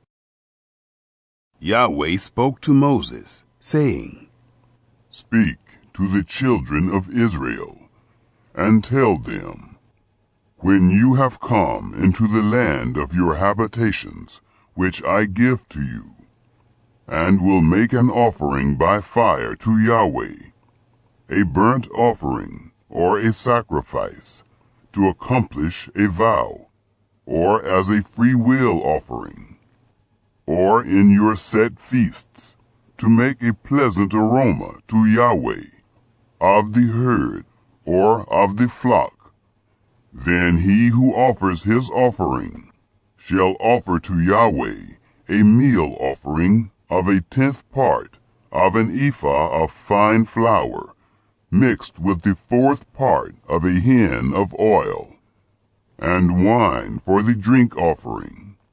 The 1/4 part of a hin you shall prepare with the burnt offering, or for the sacrifice, for each lamb, or for a ram. You shall prepare for a meal offering 2/10 parts of an ephah of fine flour, mixed with the 1/3 part of a hin of oil. And for the drink offering, you shall offer the 1/3 part of a hin of wine, of a pleasant aroma to Yahweh. When you prepare a bull for a burnt offering, or for a sacrifice, to accomplish a vow, or for peace offerings to Yahweh, then shall he offer with the bull a meal offering of 3/10 parts of an ephah of fine flour, mixed with half a hin of oil. And you shall offer for the drink offering half a hin of wine, for an offering made by fire, of a pleasant aroma to Yahweh. Thus shall it be done for each bull, or for each ram, or for each of the male lambs, or of the young goats, according to the number that you shall prepare. So you shall do to everyone according to their number. All who are native born shall do these things in this way, in offering an offering made by fire, of a pleasant aroma to Yahweh. If a stranger lives as a foreigner with you, or whoever may be among you throughout your generations, and will offer an offering made by fire, of a pleasant aroma to Yahweh, as you do, so he shall do. For the assembly there shall be one statute for you, and for the stranger who lives as a foreigner with you, a statute forever throughout your generations. As you are, so shall the foreigner be before Yahweh. One law and one ordinance shall be for you and for the stranger who lives as a foreigner with you. Yahweh spoke to Moses, saying, Speak to the children of Israel, and tell them, when you come into the land where I bring you, then it shall be that when you eat of the bread of the land, you shall offer up a wave offering to Yahweh. Of the first of your dough you shall offer up a cake for a wave offering, as the wave offering of the threshing floor, so you shall heave it. Of the first of your dough you shall give to Yahweh a wave offering throughout your generations. Offerings for unintentional sins. When you shall err, and not observe all these commandments which Yahweh has spoken to Moses, even all that Yahweh has commanded you by Moses, from the day that Yahweh gave commandment, and onward throughout your generations. Then it shall be, if it be done unwittingly, without the knowledge of the congregation, that all the congregation shall offer one young bull for a burnt offering, for a pleasant aroma to Yahweh, with the meal offering of it, and the drink offering of it, according to the ordinance, and one male goat for a sin offering. The priest shall make atonement for all the congregation of the children of Israel, and they shall be forgiven, for it was an error, and they have brought their offering, an offering made by fire to Yahweh, and their sin offering before Yahweh for their error. And all the congregation of the children of Israel shall be forgiven, and the stranger who lives as a foreigner among them.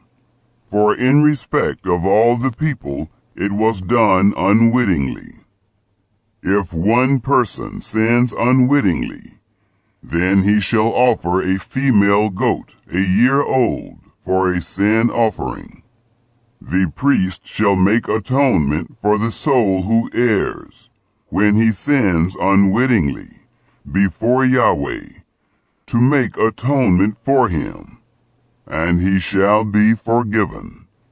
You shall have one law for him who does anything unwittingly, for him who is native born among the children of Israel, and for the stranger who lives as a foreigner among them.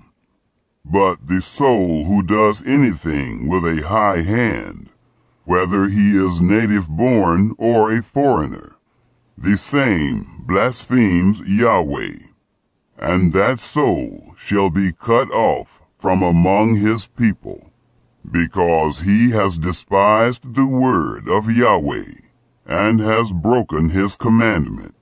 That soul shall utterly be cut off. His iniquity shall be on him. A Sabbath breaker stoned. While the children of Israel were in the wilderness, they found a man gathering sticks on the Sabbath day. Those who found him gathering sticks brought him to Moses and Aaron, and to all the congregation. They put him in custody, because it had not been declared what should be done to him. Yahweh said to Moses, The man shall surely be put to death. All the congregation shall stone him with stones outside of the camp. All the congregation brought him outside of the camp, and stoned him to death with stones, as Yahweh commanded Moses. The Law of Tassels. Yahweh spoke to Moses, saying, Speak to the children of Israel, and tell them that they should make themselves fringes in the borders of their garments throughout their generations, and that they put on the fringe of each border a cord of blue. And it shall be to you for a fringe, that you may look on it, and remember all the commandments of Yahweh, and do them, and that you not follow after your own heart and your own eyes, after which you used to play the prostitute, that you may remember and do all my commandments, and be holy to your God. I am Yahweh your God, who brought you out of the land of Egypt, to be your God. I am Yahweh, your God. Chapter 16. Korah's Rebellion. Now Korah, the son of Izhar, the son of Kohath, the son of Levi, with Dathan and Abiram, the sons of Eliab, and On, the son of Peleth, sons of Reuben, took men, and they rose up before Moses, with certain of the children of Israel, 250 princes of the congregation. called to the assembly, men of renown, and they assembled themselves together against Moses and against Aaron, and said to them, "You take too much on yourself, since all the congregation are holy, every one of them, and Yahweh is among them. Why then lift yourselves up above the assembly of Yahweh?" When Moses heard it, he fell on his face, and he spoke to Korah and to all his company, saying, "In the morning Yahweh will show who are his, and who is holy, and will cause him to come near to him. Even him whom he shall choose, he will cause to come near to him. Do this, take censers, Korah and all his company, and put fire in them, and put incense on them before Yahweh tomorrow. And it shall be that the man whom Yahweh chooses, he shall be holy. You have gone too far, you sons of Levi." Moses said to Korah, "Hear now, you sons of Levi, is it a small thing to you that the God of Israel has separated you from the congregation of Israel to bring you near to himself, to do the service of the tabernacle of Yahweh, and to stand before the congregation to minister to them, and that he has brought you near, and all your brothers, the sons of Levi, with you? And do you seek the priesthood also? Therefore, you and all your company are gathered together against Yahweh. And Aaron, what is he that you murmur against him?" Moses sent to call Dathan and Abiram, the sons of Eliab, and they said, "We won't come up. Is it a small thing that you have brought us up out of a land flowing with milk and honey to kill us in the wilderness? But you must also make yourself a prince over us? Moreover, you haven't brought us into a land flowing with milk and honey, nor given us inheritance of fields and vineyards. Will you put out the eyes of these men? We won't come up." Moses was very angry and said to Yahweh, "Don't respect their offering. I have not taken one donkey from them, neither have I hurt one of them." Moses said to Korah, "You and all your company go before Yahweh, you and they, and Aaron, tomorrow, and each man take his censer, and put incense on them, and each man bring before Yahweh his censer, 250 censers, you also, and Aaron, each his censer." They each took his censer and put fire in them, and laid incense thereon, and stood at the door of the tent of meeting with Moses and Aaron. Korah assembled all the congregation against them to the door of the tent of meeting, and the glory of Yahweh appeared to all the congregation. Yahweh spoke to Moses and to Aaron, saying, "Separate yourselves from among this congregation, that I may consume them in a moment." They fell on their faces and said, "God, the God of the spirits of all flesh, shall one man sin, and will you be angry with all the congregation?" Moses separates the people. Yahweh spoke to Moses, saying, "Speak to the congregation, saying, Get away from around the tent of Korah, Dathan, and Abiram." Moses rose up and went to Dathan and Abiram, and the elders of Israel followed him.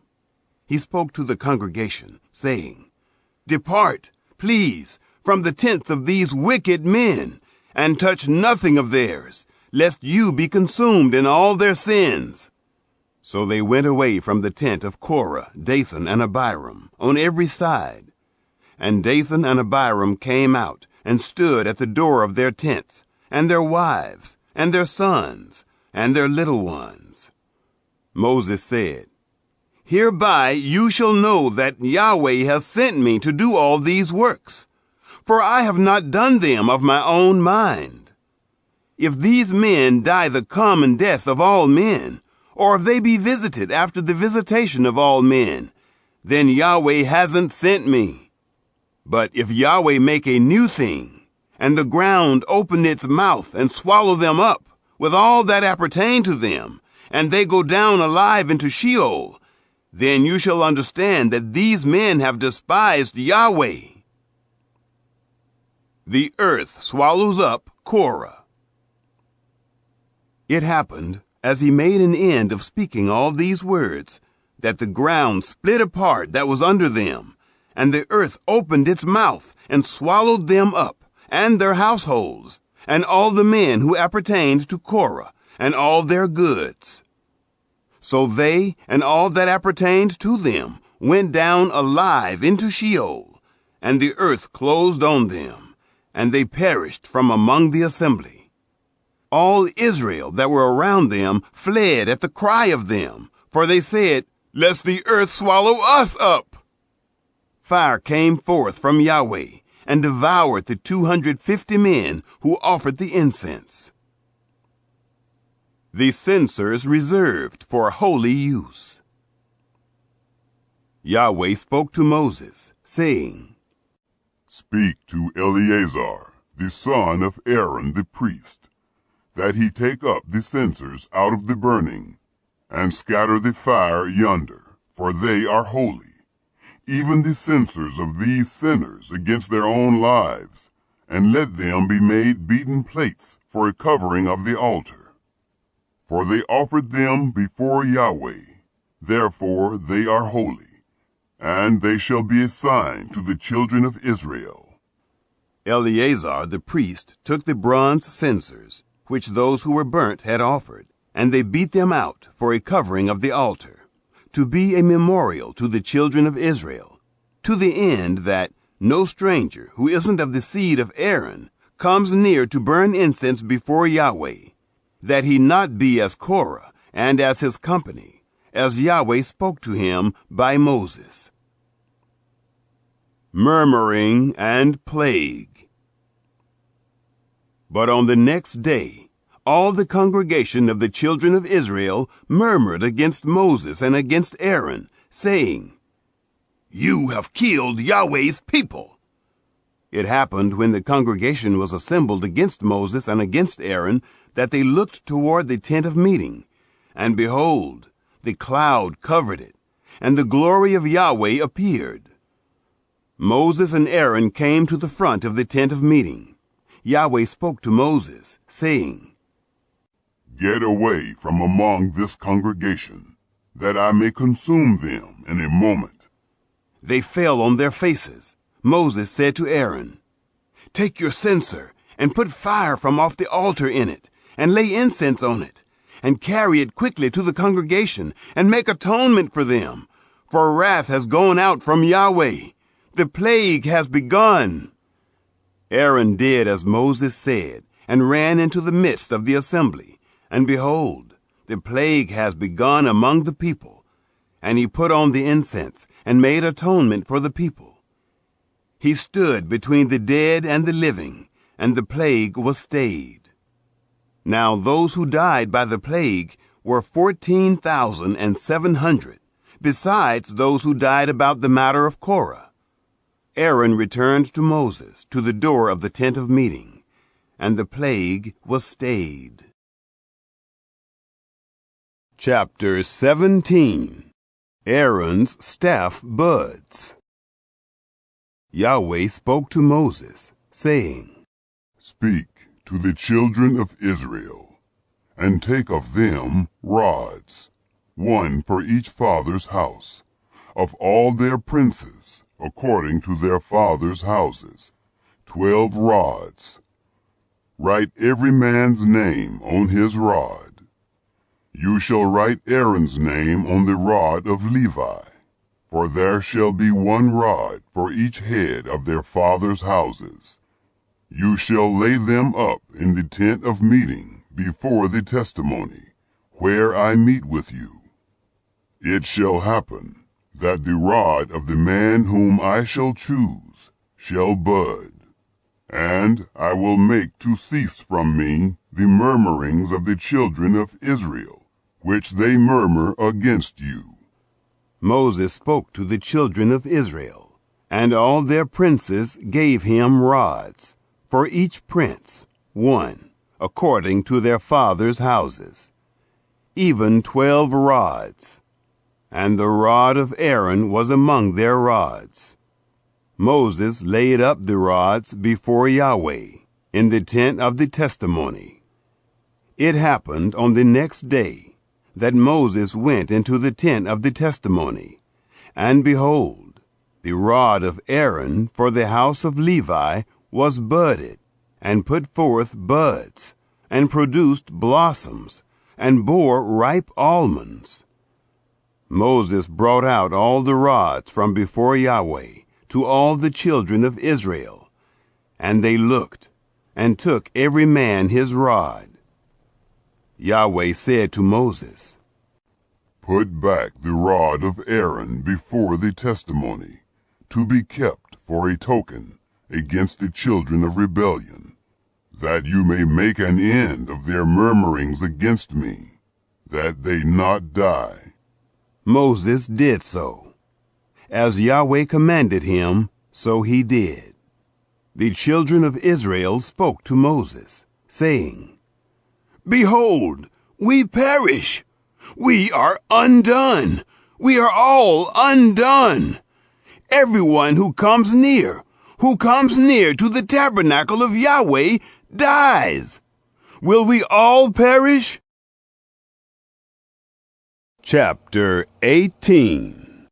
Duties of Priests and Levites.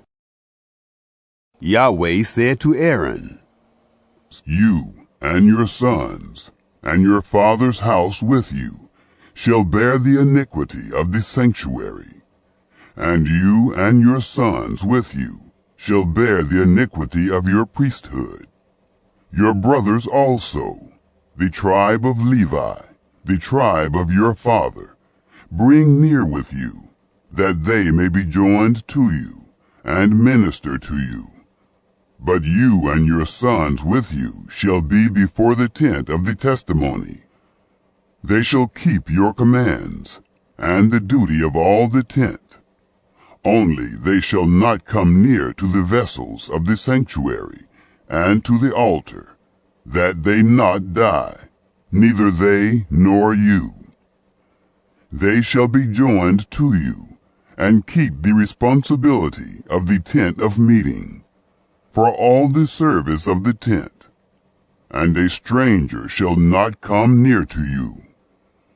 You shall perform the duty of the sanctuary, and the duty of the altar, that there be wrath no more on the children of Israel.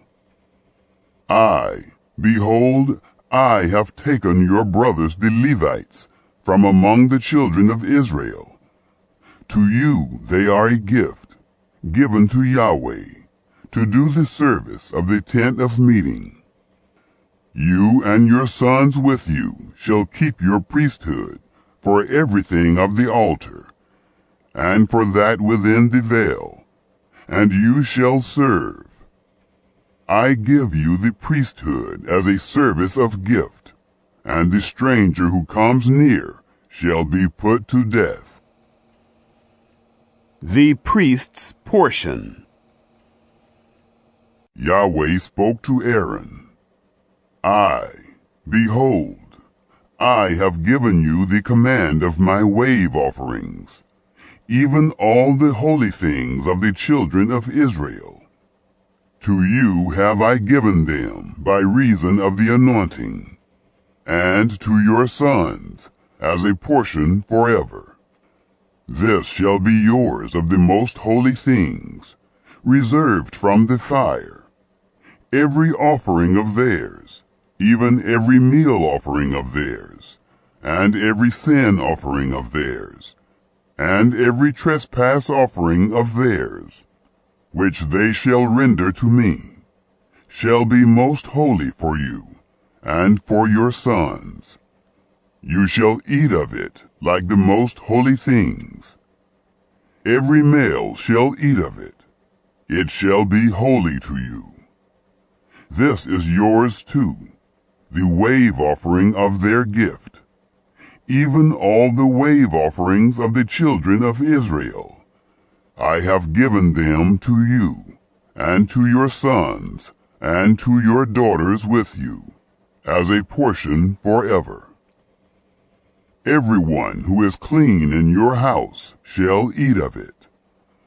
All the best of the oil, and all the best of the vintage, and of the grain, the first fruits of them which they give to Yahweh, to you have I given them. The first ripe fruits of all that is in their land, which they bring to Yahweh, shall be yours. Everyone who is clean in your house shall eat of it. Everything devoted in Israel shall be yours. Everything that opens the womb, of all flesh which they offer to Yahweh, both of man and animal, shall be yours. Nevertheless, you shall surely redeem the firstborn of man, and you shall redeem the firstborn of unclean animals. You shall redeem those who are to be redeemed of them from a month old, according to your estimation, for 5 shekels of money, after the shekel of the sanctuary. The same is 20 gerahs. But you shall not redeem the firstborn of a cow, or the firstborn of a sheep, or the firstborn of a goat. They are holy. You shall sprinkle their blood on the altar, and shall burn their fat for an offering made by fire, for a pleasant aroma to Yahweh. Their flesh shall be yours, as the wave offering breast, and as the right thigh, it shall be yours.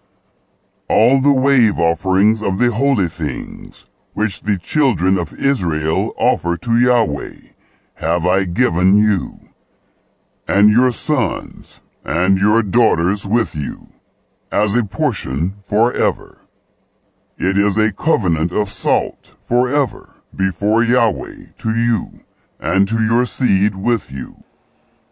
Yahweh said to Aaron, You shall have no inheritance in their land, neither shall you have any portion among them. I am your portion, and your inheritance among the children of Israel. The Levites' portion. To the children of Levi, behold, I have given all the tithe in Israel for an inheritance, in return for their service which they serve, even the service of the tent of meeting. Henceforth the children of Israel shall not come near the tent of meeting, lest they bear sin and die. But the Levites shall do the service of the tent of meeting, and they shall bear their iniquity. It shall be a statute forever, throughout your generations, and among the children of Israel they shall have no inheritance. For the tithe of the children of Israel, which they offer as a wave offering to Yahweh, I have given to the Levites for an inheritance. Therefore I have said to them, Among the children of Israel they shall have no inheritance. The heave offering.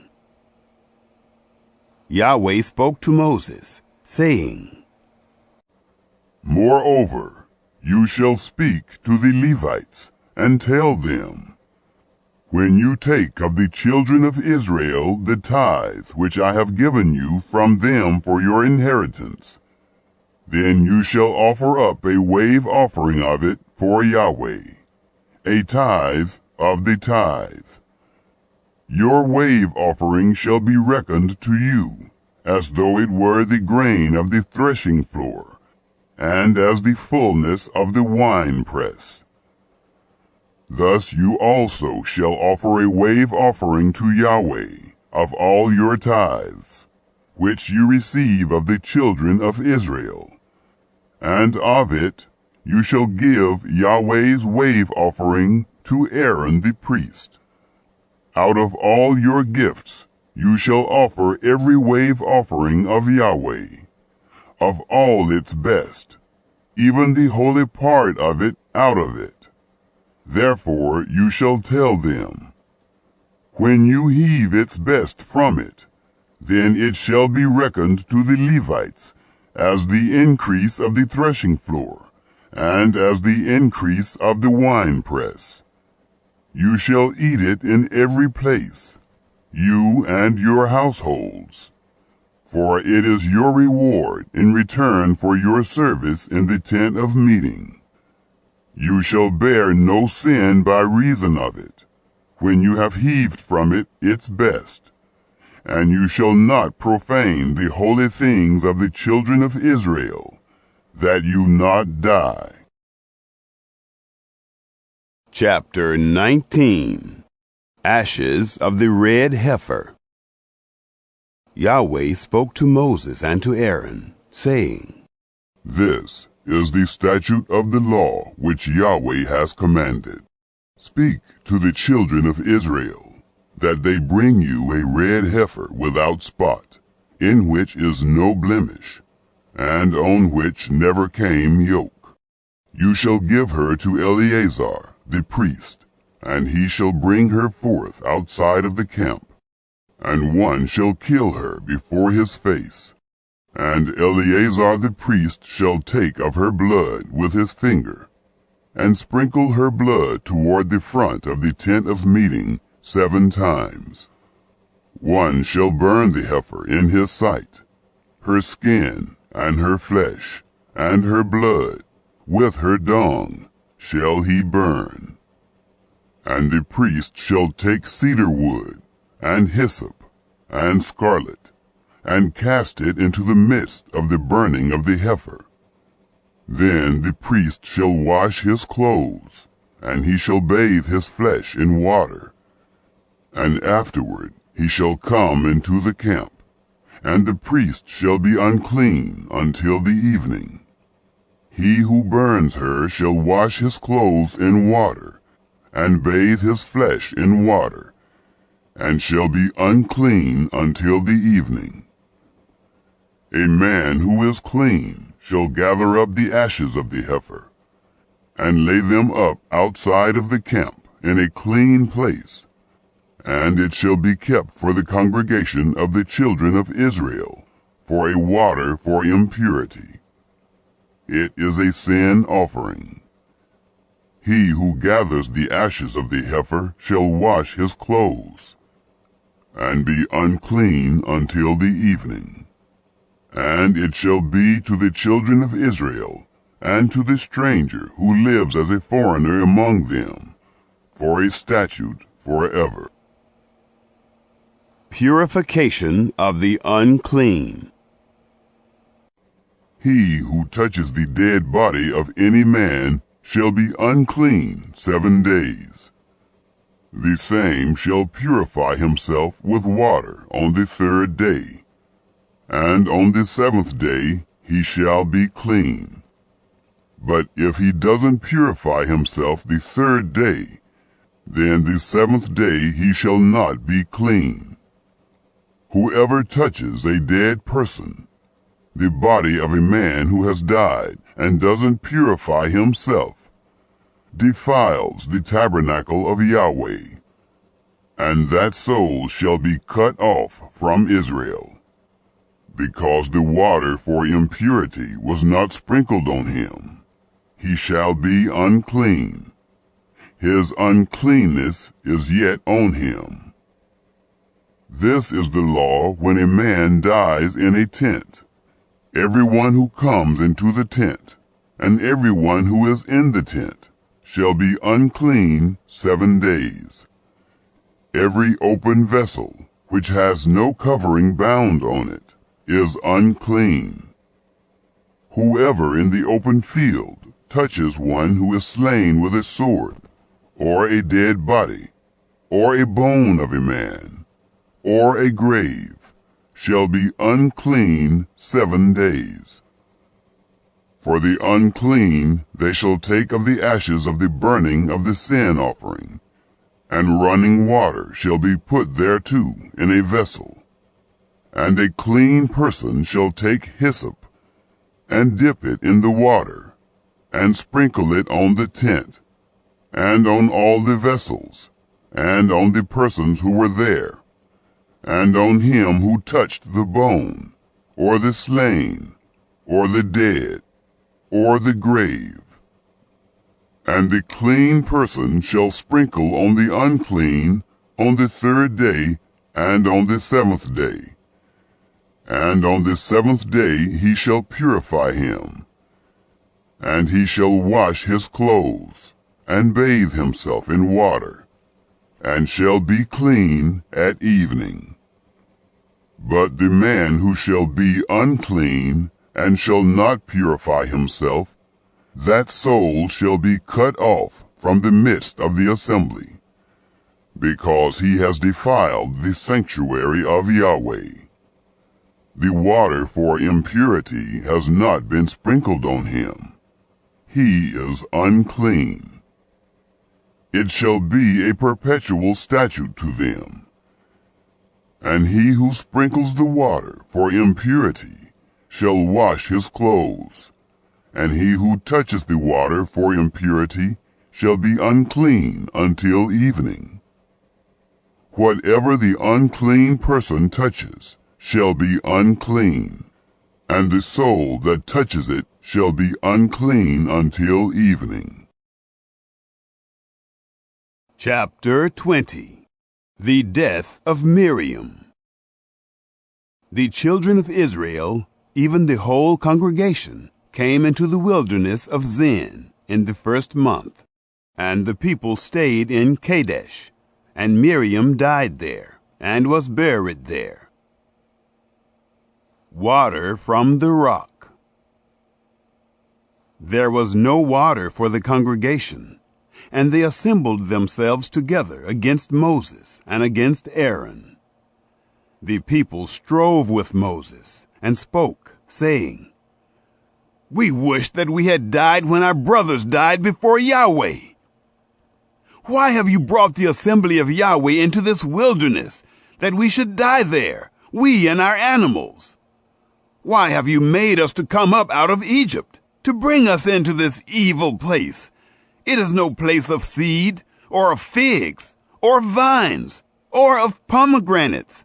Neither is there any water to drink." Moses and Aaron went from the presence of the assembly to the door of the tent of meeting, and fell on their faces. And the glory of Yahweh appeared to them.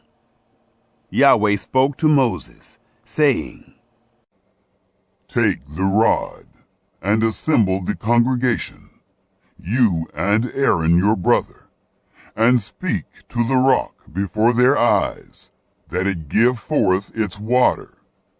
And you shall bring forth to them water out of the rock. So you shall give the congregation and their livestock drink." Moses took the rod from before Yahweh, as he commanded him.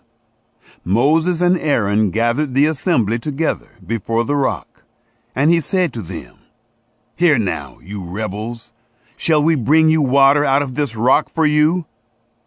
Moses lifted up his hand and struck the rock with his rod twice, and water came forth abundantly, and the congregation drank, and their livestock. Yahweh said to Moses and Aaron, "Because you didn't believe in me, to sanctify me in the eyes of the children of Israel, therefore you shall not bring this assembly into the land which I have given them." These are the waters of Meribah, because the children of Israel strove with Yahweh, and he was sanctified in them. Edom refuses passage. Moses sent messengers from Kadesh to the king of Edom, saying, "Thus says your brother Israel, you know all the travail that has happened to us, how our fathers went down into Egypt, and we lived in Egypt a long time, and the Egyptians dealt ill with us and our fathers. And when we cried to Yahweh, he heard our voice, and sent an angel, and brought us forth out of Egypt. And behold, we are in Kadesh, a city in the uttermost of your border. Please let us pass through your land. We will not pass through field or through vineyard, neither will we drink of the water of the wells. We will go along the king's highway. We will not turn aside to the right hand nor to the left until we have passed your border. Edom said to him, You shall not pass through me, lest I come out with the sword against you.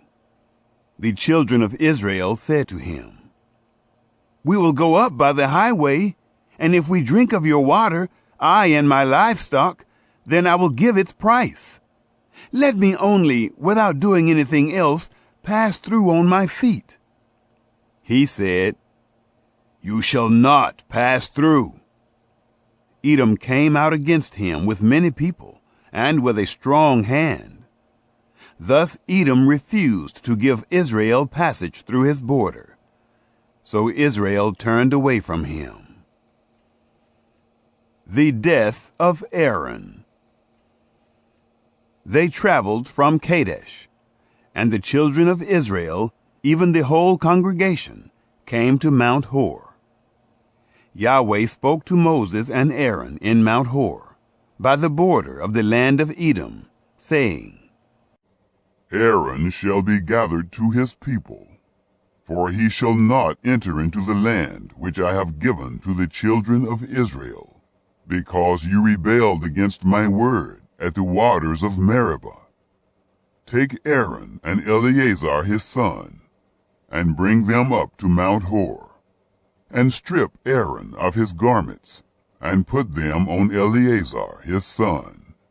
And Aaron shall be gathered to his people, and shall die there. Moses did as Yahweh commanded, and they went up into Mount Hor in the sight of all the congregation.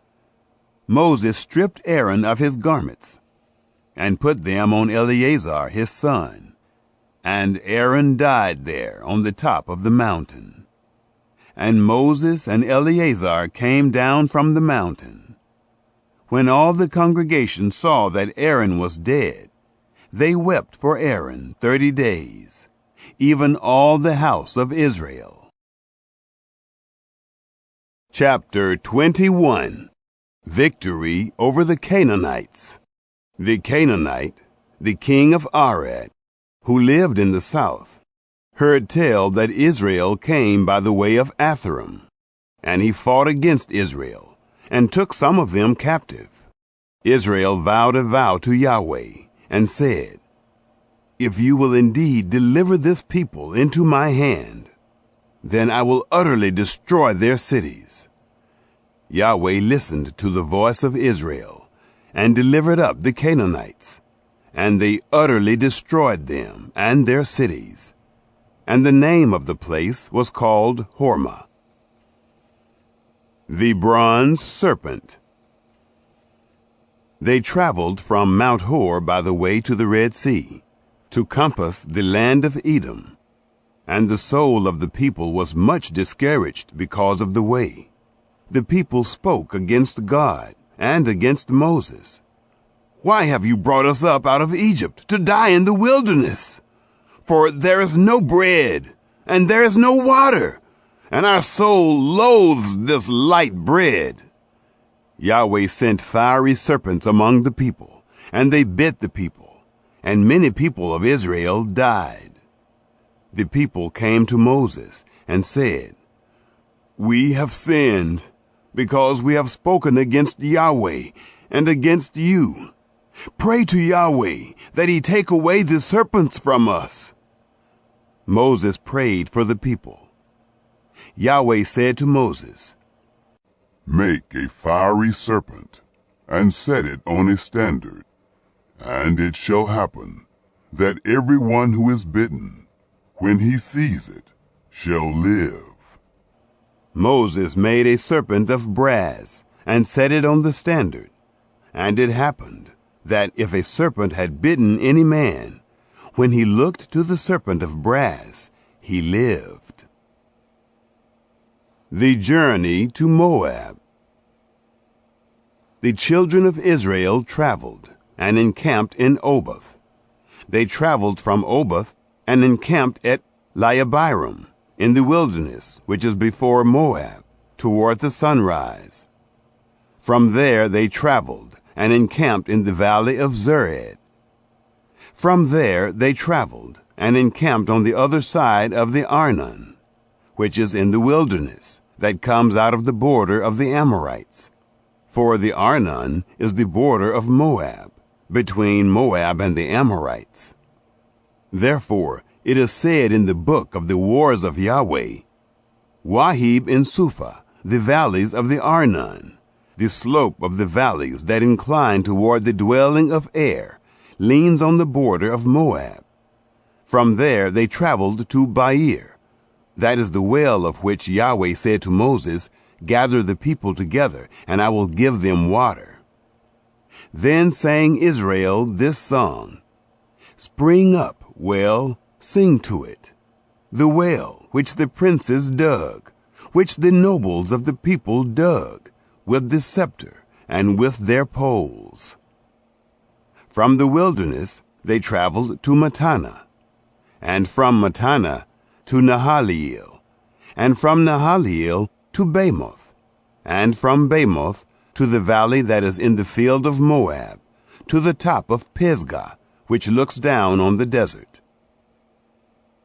The defeat of Sihon.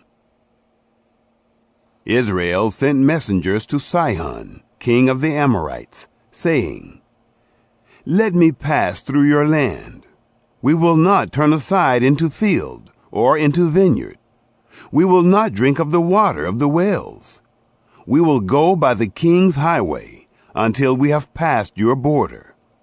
Sihon would not allow Israel to pass through his border. But Sihon gathered all his people together and went out against Israel into the wilderness, and came to Jahaz, and he fought against Israel. Israel struck him with the edge of the sword, and possessed his land from the Arnon to the Jabbok, even to the children of Ammon, for the border of the children of Ammon was strong. Israel took all these cities, and Israel lived in all the cities of the Amorites, in Heshbon, and in all its towns. For Heshbon was the city of Sihon, the king of the Amorites, who had fought against the former king of Moab, and taken all his land out of his hand, even to the Arnon.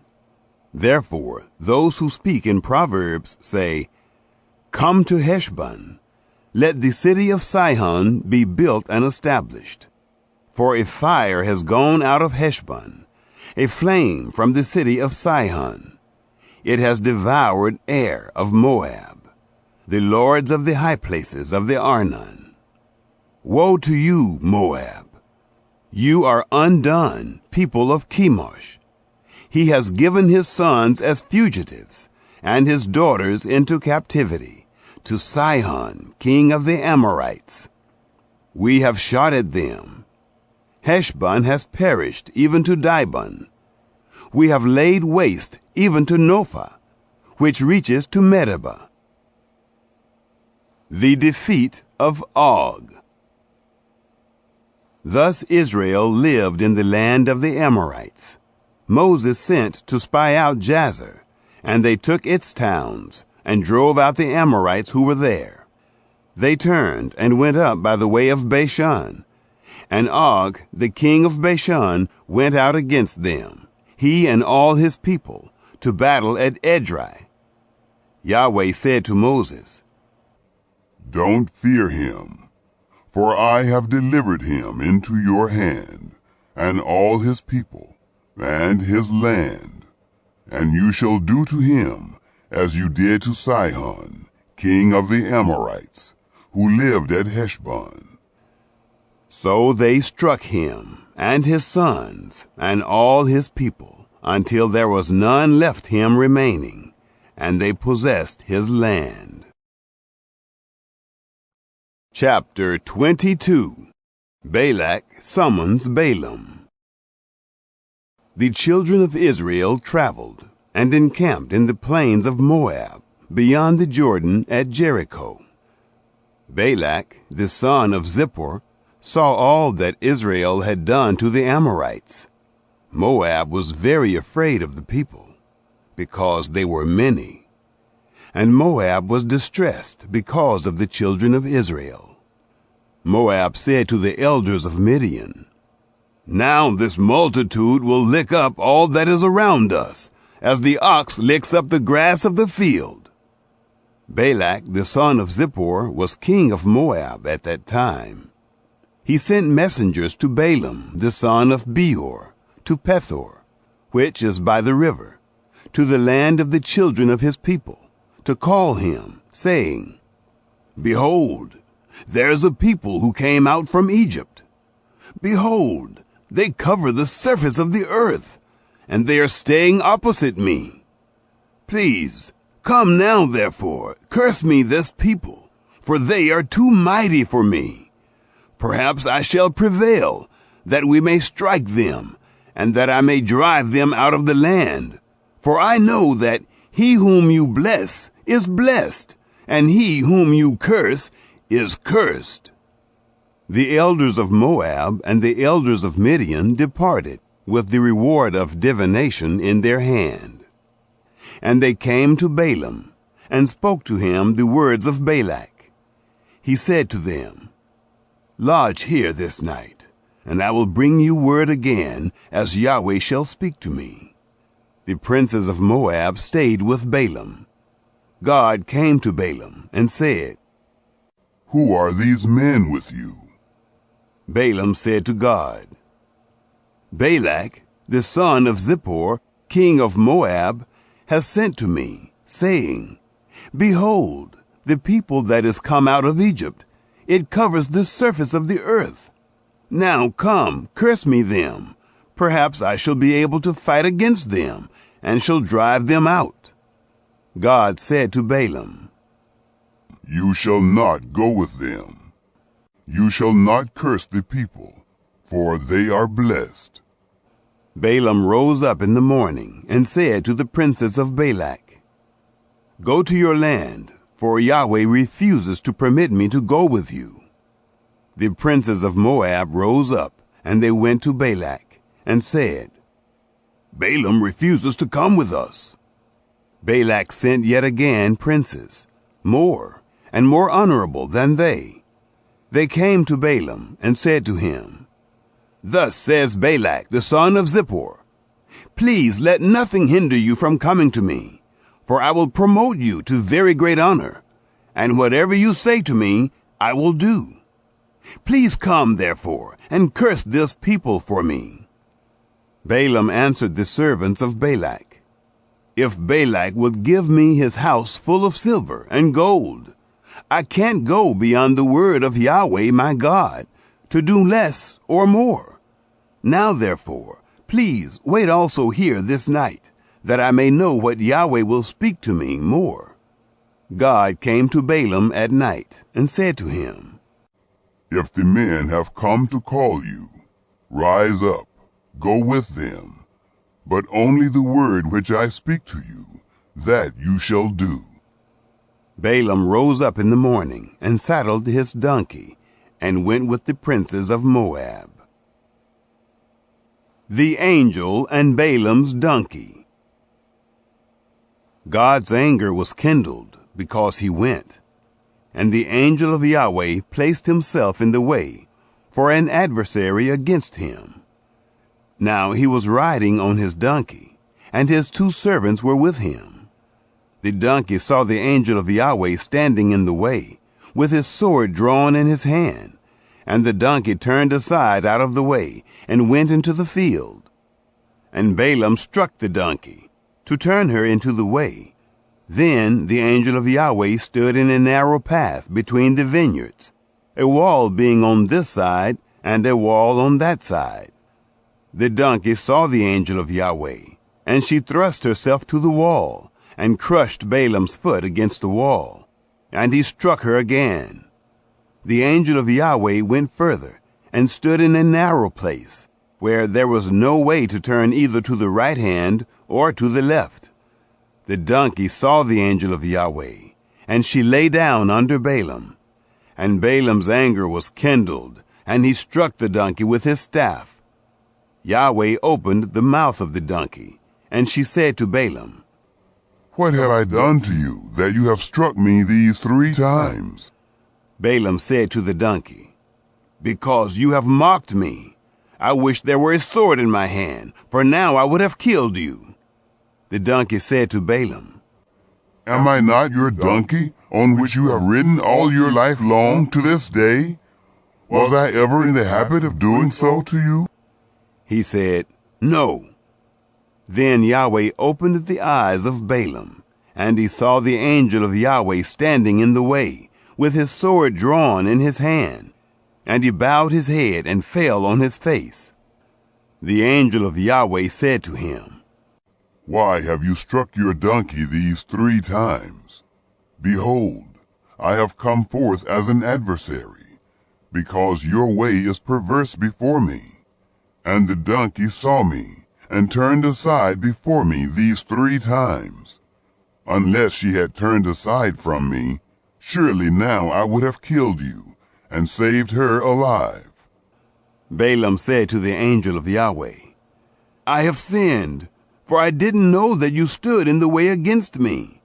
Now therefore, if it displeases you, I will go back again." The angel of Yahweh said to Balaam, "Go with the men, but only the word that I shall speak to you, that you shall speak." So Balaam went with the princes of Balak. When Balak heard that Balaam had come, he went out to meet him to the city of Moab, which is on the border of the Arnon, which is in the utmost part of the border.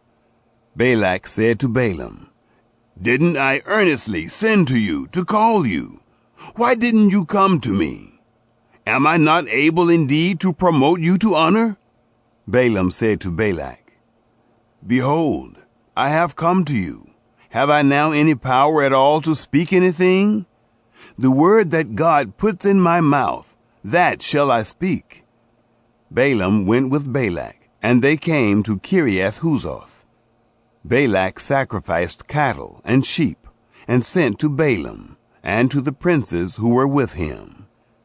It happened in the morning that Balak took Balaam, and brought him up into the high places of Baal, and he saw from there the utmost part of the people.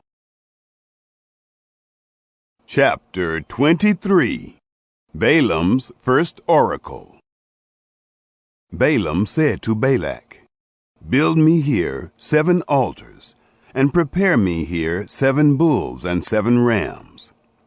Balak did as Balaam had spoken, and Balak and Balaam offered on every altar a bull and a ram.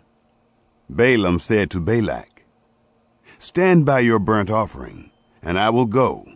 Perhaps Yahweh will come to meet me, and whatever he shows me, I will tell you." He went to a bare height. God met Balaam, and he said to him, "I have prepared the 7 altars, and I have offered up a bull and a ram on every altar." Yahweh put a word in Balaam's mouth, and said, "Return to Balak, and thus you shall speak." He returned to him, and behold, he was standing by his burnt offering, he and all the princes of Moab. He took up his parable, and said, "From Aram has Balak brought me, the king of Moab, from the mountains of the east. Come, curse Jacob for me. Come, defy Israel. How shall I curse whom God has not cursed? How shall I defy whom Yahweh has not defied? For from the top of the rocks I see him. From the hills I see him. Behold, it is a people that dwells alone, and shall not be reckoned among the nations. Who can count the dust of Jacob, or number the 4th part of Israel? Let me die the death of the righteous. Let my last end be like his." Balak said to Balaam, "What have you done to me? I took you to curse my enemies, and behold, you have blessed them altogether." He answered and said, Must I not take heed to speak that which Yahweh puts in my mouth? Balaam's second oracle. Balak said to him, Please, come with me to another place, where you may see them. You shall see but the utmost part of them, and shall not see them all, and curse me them from there. He took him into the field of Zophim, to the top of Pisgah, and built 7 altars, and offered up a bull and a ram on every altar. He said to Balak, Stand here by your burnt offering, while I meet Yahweh yonder. Yahweh met Balaam, and put a word in his mouth, and said, Return to Balak, and say this. He came to him, and behold, he was standing by his burnt offering, and the princes of Moab with him. Balak said to him, What has Yahweh spoken? He took up his parable, and said, Rise up, Balak, and hear. Listen to me, you son of Zippor. God is not a man, that he should lie, nor the son of man, that he should repent. Has he said, and will he not do it? Or has he spoken, and will he not make it good? Behold, I have received a command to bless. He has blessed, and I can't reverse it. He has not seen iniquity in Jacob, neither has he seen perverseness in Israel. Yahweh his God is with him. The shout of a king is among them. God brings them out of Egypt. He has, as it were, the strength of the wild ox. Surely there is no enchantment with Jacob, neither is there any divination with Israel. Now it shall be said of Jacob and of Israel, What has God done? Behold, the people rises up as a lioness. As a lion he lifts himself up. He shall not lie down until he eat of the prey, and drinks the blood of the slain. Balak said to Balaam, Neither curse them at all, nor bless them at all. But Balaam answered Balak, Didn't I tell you, saying, All that Yahweh speaks, that I must do? Balak said to Balaam, Come now, I will take you to another place. Perhaps it will please God that you may curse me them from there. Balak took Balaam to the top of Peor, that looks down on the desert. Balaam said to Balak, Build me here 7 altars, and prepare me here 7 bulls and 7 rams. Balak did as Balaam had said, and offered up a bull and a ram on every altar. Chapter 24. Balaam's third oracle. When Balaam saw that it pleased Yahweh to bless Israel, he didn't go, as at the other times, to meet with enchantments, but he set his face toward the wilderness. Balaam lifted up his eyes, and he saw Israel dwelling according to their tribes, and the Spirit of God came on him. He took up his parable, and said, Balaam, the son of Beor, says, The man whose eye was closed, says, He says, who hears the words of God, who sees the vision of the Almighty, falling down, and having his eyes open. How goodly are your tents, Jacob, and your tents, Israel! As valleys they are spread forth, as gardens by the riverside, as aloes which Yahweh has planted, as cedar trees beside the waters. Water shall flow from his buckets. His seed shall be in many waters.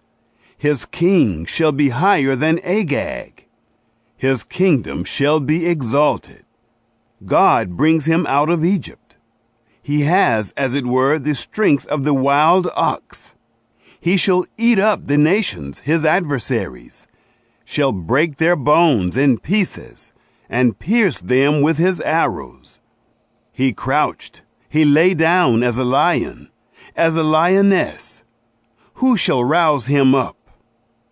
Everyone who blesses you is blessed. Everyone who curses you is cursed. Balak dismisses Balaam. Balak's anger was kindled against Balaam, and he struck his hands together. And Balak said to Balaam, I called you to curse my enemies, and behold, you have altogether blessed them these 3 times. Therefore now flee you to your place. I thought to promote you to great honor, but behold, Yahweh has kept you back from honor. Balaam said to Balak, Didn't I also tell your messengers who you sent to me, saying, If Balak would give me his house full of silver and gold, I can't go beyond the word of Yahweh, to do either good or bad of my own mind. I will say what Yahweh says. Now behold, I go to my people.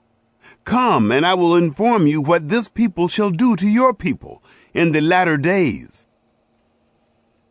Balaam's 4th oracle. He took up his parable and said, Balaam, the son of Beor, says, the man whose eye was closed, says, he says, who hears the words of God, knows the knowledge of the Most High, and who sees the vision of the Almighty, falling down and having his eyes open. I see him, but not now. I see him, but not near. A star will come out of Jacob. A scepter will rise out of Israel, and shall strike through the corners of Moab, and break down all the sons of Sheth. Edom shall be a possession. Seir, his enemies, also shall be a possession, while Israel does valiantly. Out of Jacob shall one have dominion, and shall destroy the remnant from the city. Balaam's final 3 oracles. He looked at Amalek, and took up his parable, and said, Amalek was the first of the nations, but his latter end shall come to destruction. He looked at the Kenite, and took up his parable, and said, Your dwelling place is strong, your nest is set in the rock. Nevertheless, Cain shall be wasted, until Asher carries you away captive. He took up his parable, and said, Alas, who shall live when God does this? But ships shall come from the coast of Kittim. They shall afflict Asher, and shall afflict Eber. He also shall come to destruction. Balaam rose up, and went, and returned to his place, and Balak also went his way. Chapter 25. Baal worship at Peor. Israel stayed in Shittim, and the people began to play the prostitute with the daughters of Moab. For they called the people to the sacrifices of their gods, and the people ate and bowed down to their gods. Israel joined himself to Baal Peor, and the anger of Yahweh was kindled against Israel. Yahweh said to Moses, Take all the chiefs of the people, and hang them up to Yahweh before the sun, that the fierce anger of Yahweh may turn away from Israel. Moses said to the judges of Israel, Everyone kill his men who have joined themselves to Baal Peor. Phinehas kills Zimri and Cosbi. Behold, one of the children of Israel came and brought to his brothers a Midianite woman in the sight of Moses, and in the sight of all the congregation of the children of Israel, while they were weeping at the door of the tent of meeting. When Phinehas, the son of Eleazar, the son of Aaron the priest, saw it, he rose up from the midst of the congregation, and took a spear in his hand.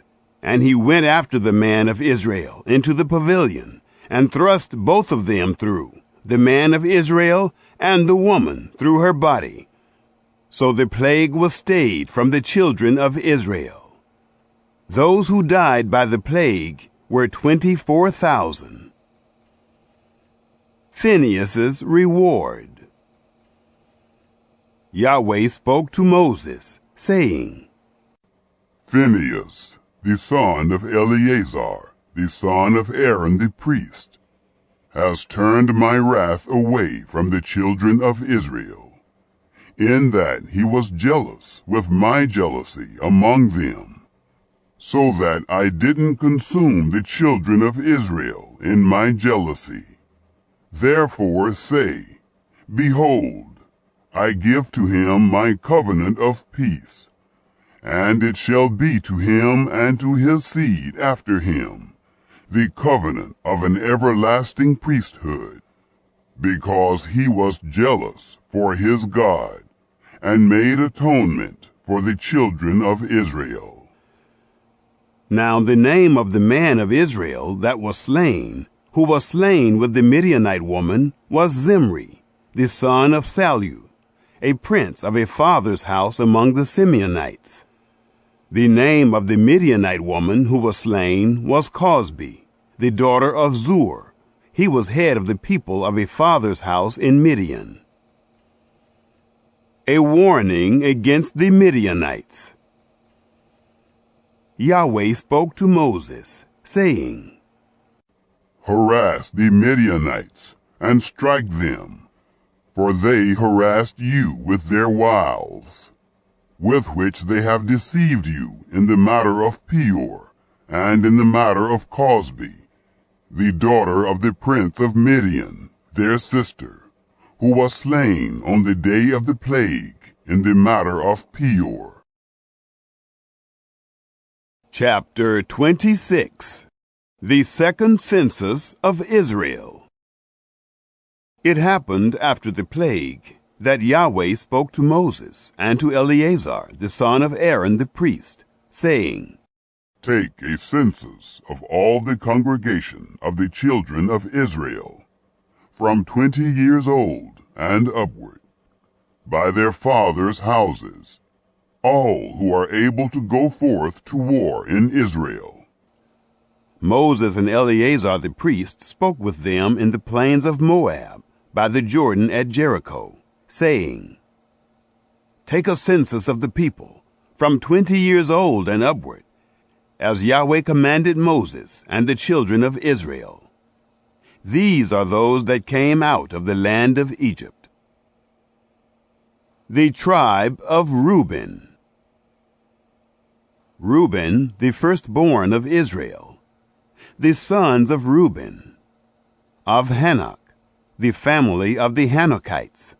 Of Palu, the family of the Paluites. Of Hezron, the family of the Hezronites. Of Carmi, the family of the Carmites.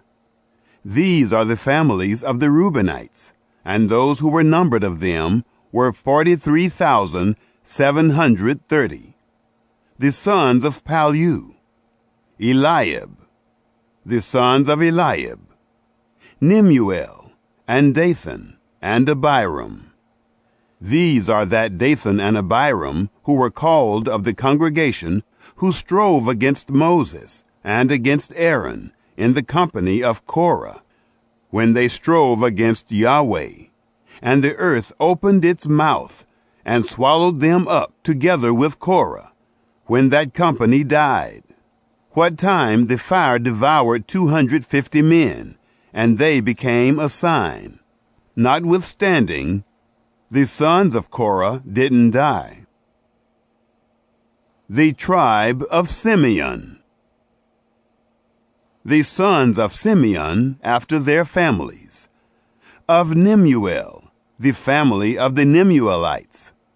Of Jamin, the family of the Jaminites. Of Jechan, the family of the Jechanites. Of Zerah, the family of the Zerahites.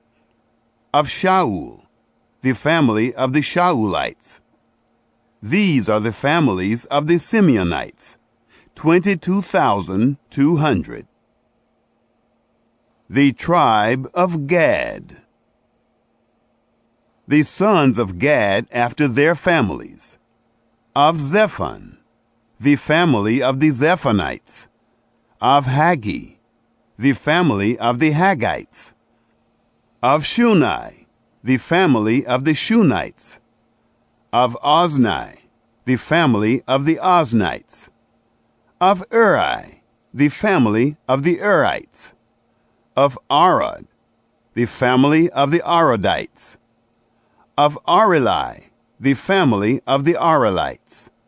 These are the families of the sons of Gad, according to those who were numbered of them, 40,500. The tribe of Judah. The sons of Judah, and Onan. And and Onan died in the land of Canaan. The sons of Judah after their families were of Shelah, the family of the Shelonites. Of Perez, the family of the Perizzites. Of Zerah, the family of the Zerahites.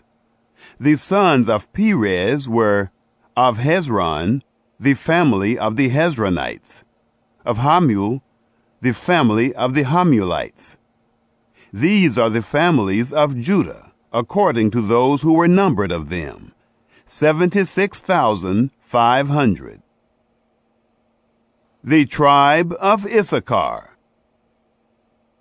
The sons of Issachar after their families. Of Tola, the family of the Tolaites. Of Puvah, the family of the Punites. Of Jashub, the family of the Jashubites. Of Shimron, the family of the Shimronites. These are the families of Issachar, according to those who were numbered of them, 64,300. The tribe of Zebulun. The sons of Zebulun after their families. Of Sered, the family of the Seredites. Of Elon, the family of the Elonites. Of Jaliel, the family of the Jalielites. These are the families of the Zebulunites, according to those who were numbered of them, 60,500. The tribe of Manasseh. The sons of Joseph after their families. Manasseh and Ephraim. The sons of Manasseh. Of Machir, the family of the Machirites. And Machir became the father of Gilead. Of Gilead, the family of the Gileadites. These are the sons of Gilead. Of Lezer, the family of the Lezerites. Of Helek, the family of the Helekites. And of Asriel, the family of the Asrielites. And of Shechem, the family of the Shechemites. And of Shemida, the family of the Shemidaites. And of Hepher, the family of the Hepherites. Zelophehad, the son of Hepher, had no sons but daughters. And the names of the daughters of Zelophehad were Mahlah and Noah, Hoglah, Milcah, and Tirzah. These are the families of Manasseh, and those who were numbered of them were 52,700. The tribe of Ephraim. These are the sons of Ephraim after their families. Of Shuthelah, the family of the Shuthelahites. Of Becher, the family of the Beecherites. Of Tion, the family of the Tionites. These are the sons of Shuthelah.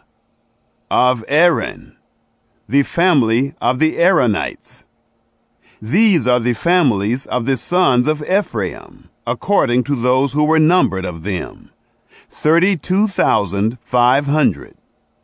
These are the sons of Joseph after their families.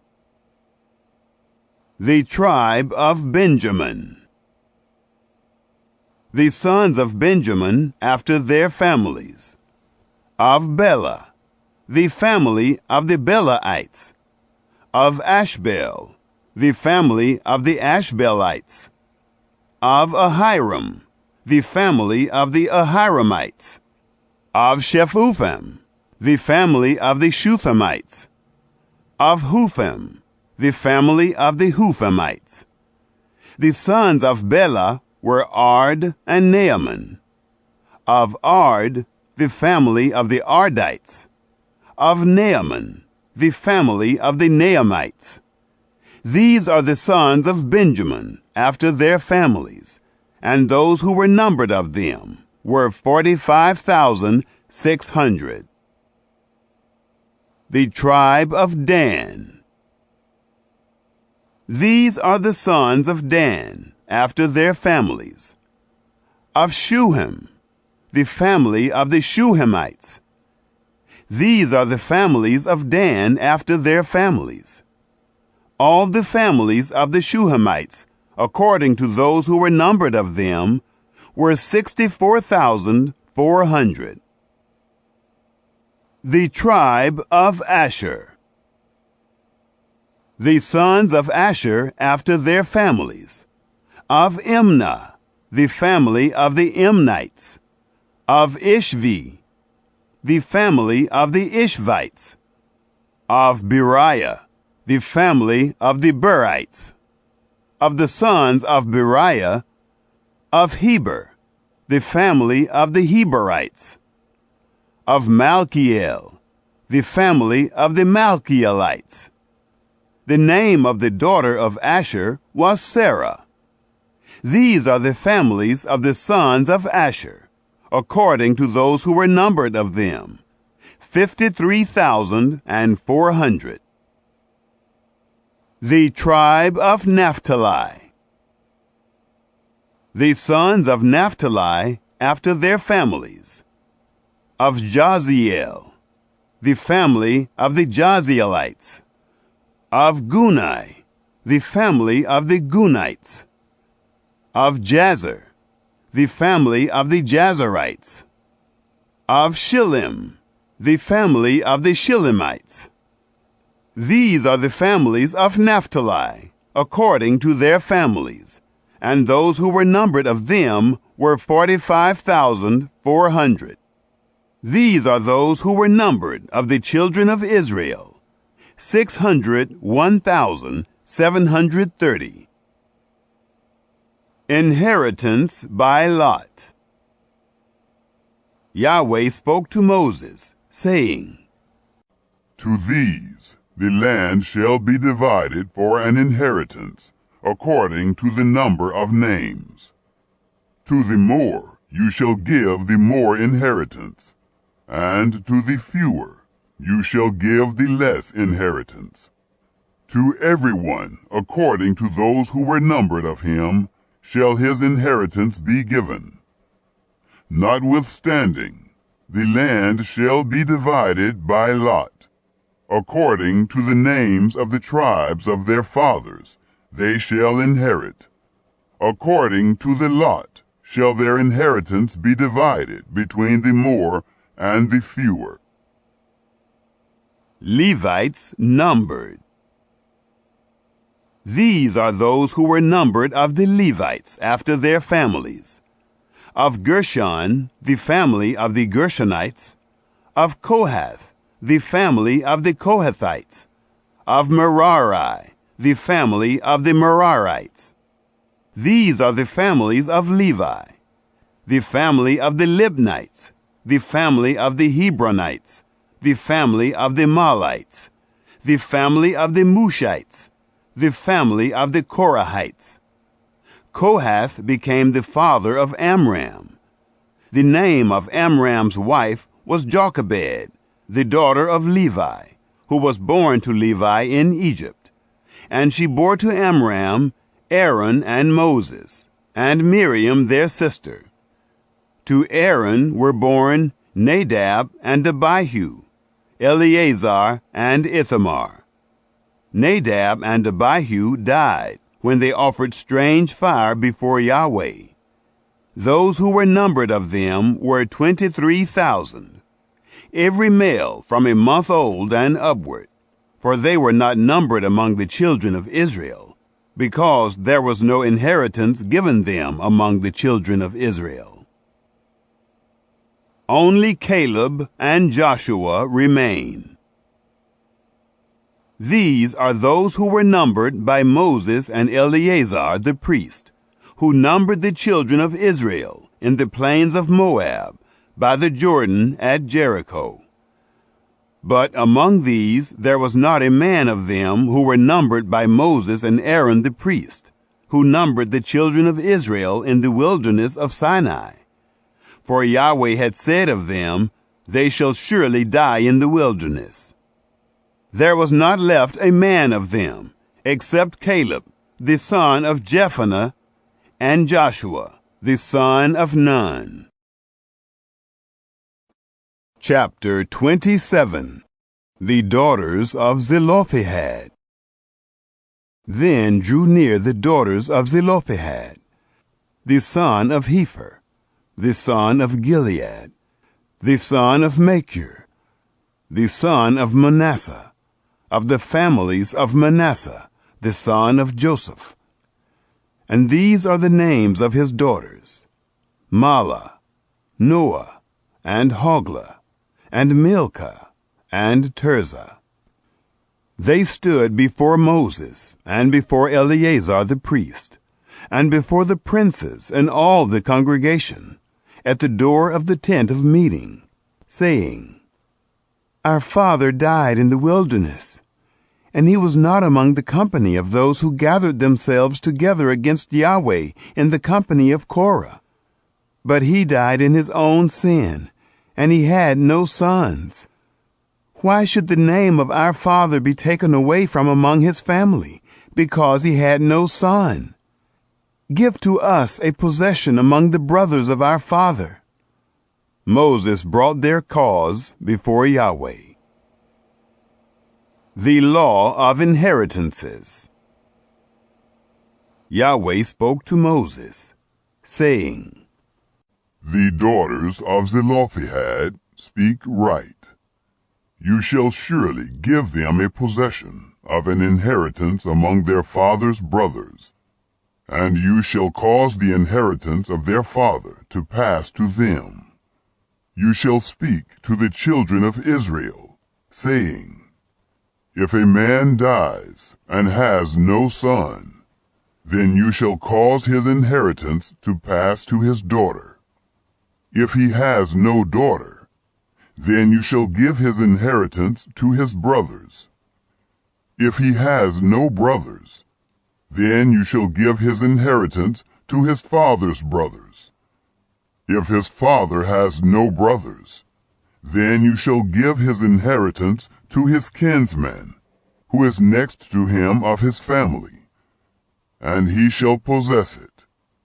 And it shall be to the children of Israel a statute and ordinance, as Yahweh commanded Moses. Moses asks for a successor. Yahweh said to Moses, Go up into this mountain of Abarim, and see the land which I have given to the children of Israel. When you have seen it, you also shall be gathered to your people, as Aaron your brother was gathered, because you rebelled against my word in the wilderness of Zin, in the strife of the congregation, to sanctify me at the waters before their eyes. These are the waters of Meribah of Kadesh in the wilderness of Zin. Moses spoke to Yahweh, saying, Let Yahweh, the God of the spirits of all flesh, appoint a man over the congregation, who may go out before them, and who may come in before them, and who may lead them out, and who may bring them in, that the congregation of Yahweh not be as sheep which have no shepherd. Joshua to succeed Moses. Yahweh said to Moses, Take Joshua, the son of Nun, a man in whom is the Spirit, and lay your hand on him, and set him before Eleazar the priest, and before all the congregation, and commission him in their sight. You shall put of your honor on him, that all the congregation of the children of Israel may obey. He shall stand before Eleazar the priest, who shall inquire for him by the judgment of the Urim before Yahweh. At his word shall they go out, and at his word they shall come in, both he and all the children of Israel with him, even all the congregation. Moses did as Yahweh commanded him. And he took Joshua, and set him before Eleazar the priest, and before all the congregation. And he laid his hands on him, and commissioned him, as Yahweh spoke by Moses. Chapter 28. The Daily Offerings. Yahweh spoke to Moses, saying, Command the children of Israel, and tell them, My offering, my food for my offerings made by fire, of a pleasant aroma to me, you shall observe to offer to me in their due season. You shall tell them, This is the offering made by fire, which you shall offer to Yahweh. Male lambs, a year old, without blemish, 2, day by day, for a continual burnt offering. You shall offer the one lamb in the morning, and you shall offer the other lamb at evening, with the 10th part of an ephah of fine flour for a meal offering, mixed with the 4th part of a hin of beaten oil. It is a continual burnt offering, which was ordained in Mount Sinai for a pleasant aroma, an offering made by fire to Yahweh. Its drink offering shall be the 4th part of a hin for the one lamb. You shall pour out a drink offering of strong drink to Yahweh in the holy place. The other lamb you shall offer at evening, as the meal offering of the morning, and as the drink offering of it. You shall offer it, an offering made by fire, of a pleasant aroma to Yahweh. The Sabbath Offerings. On the Sabbath day, 2 male lambs, a year old, without blemish, and 2 10th parts of an ephah of fine flour for a meal offering, mixed with oil, and the drink offering of it. This is the burnt offering of every Sabbath, besides the continual burnt offering, and the drink offering of it. The Monthly Offerings. In the beginnings of your months you shall offer a burnt offering to Yahweh, 2 young bulls and 1 ram, 7 male lambs, a year old, without blemish, and 3/10 parts of an ephah of fine flour for a meal offering, mixed with oil, for each bull, and 2/10 parts of fine flour for a meal offering mixed with oil, for the 1 ram, and a 10th part of fine flour mixed with oil, for a meal offering to every lamb. For a burnt offering of a pleasant aroma, an offering made by fire to Yahweh. Their drink offerings shall be half a hin of wine for a bull, and the 3rd part of a hin for the ram, and the 4th part of a hin for a lamb. This is the burnt offering of every month throughout the months of the year. one male goat for a sin offering to Yahweh. It shall be offered besides the continual burnt offering and the drink offering of it. The Passover.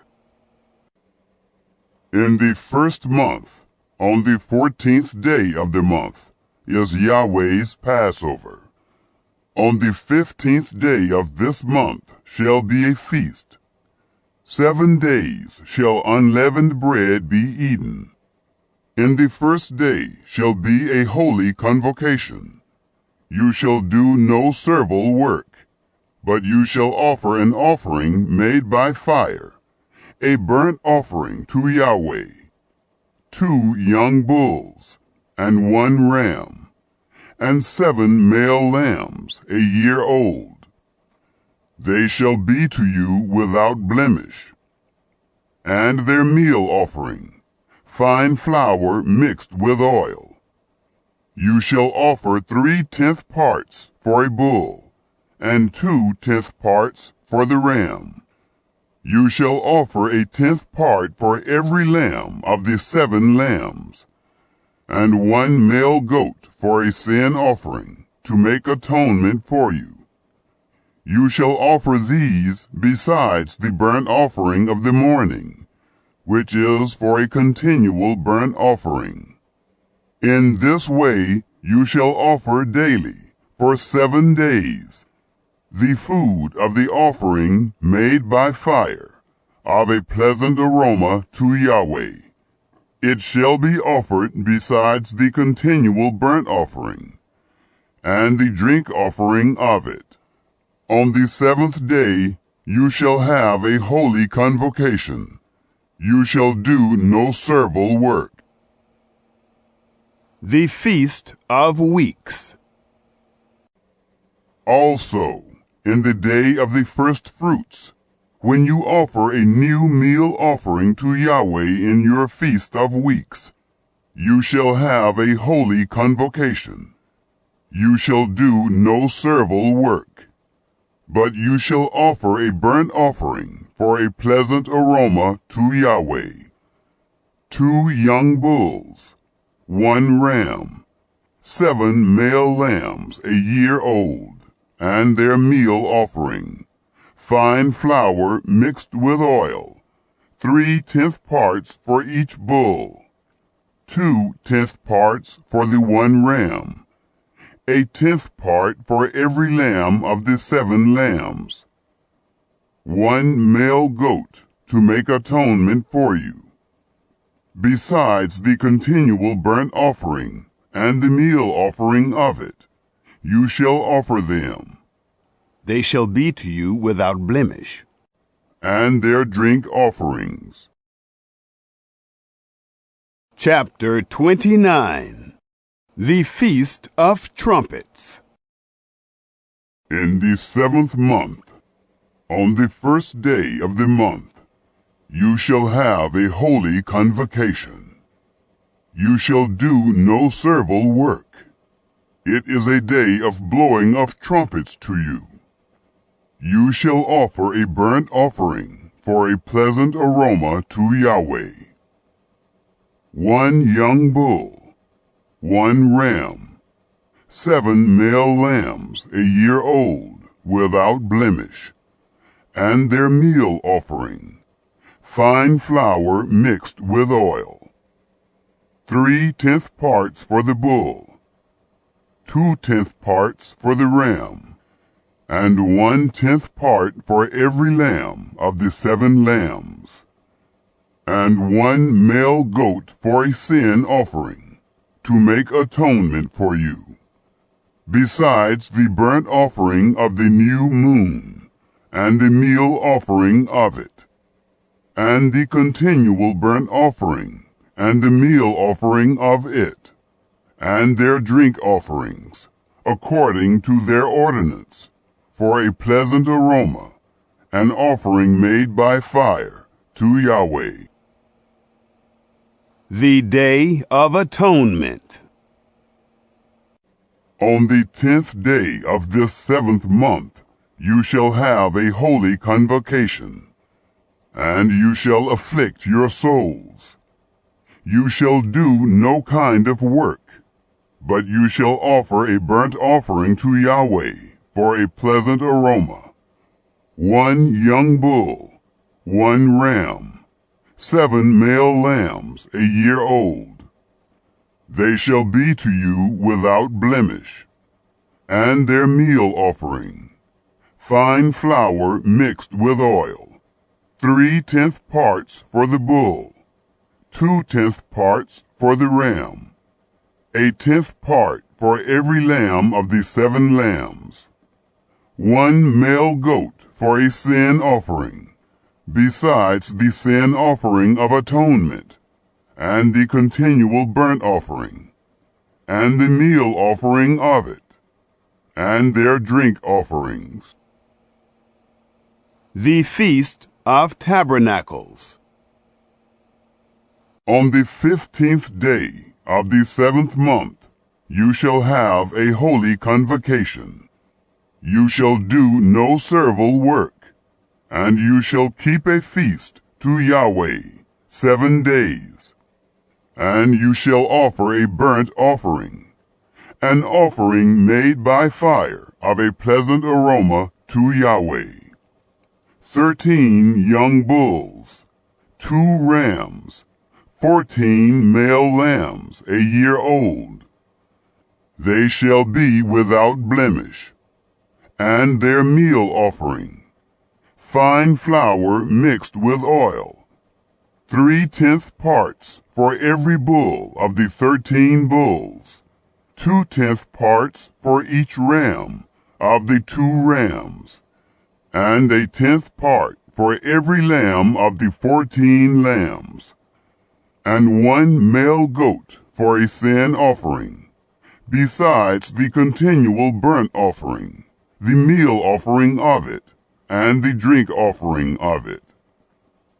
On the 2nd day you shall offer 12 young bulls, 2 rams, 14 male lambs a year old without blemish, and their meal offering and their drink offerings for the bulls, for the rams, and for the lambs, according to their number, after the ordinance, and 1 male goat for a sin offering, besides the continual burnt offering, and the meal offering of it, and their drink offerings.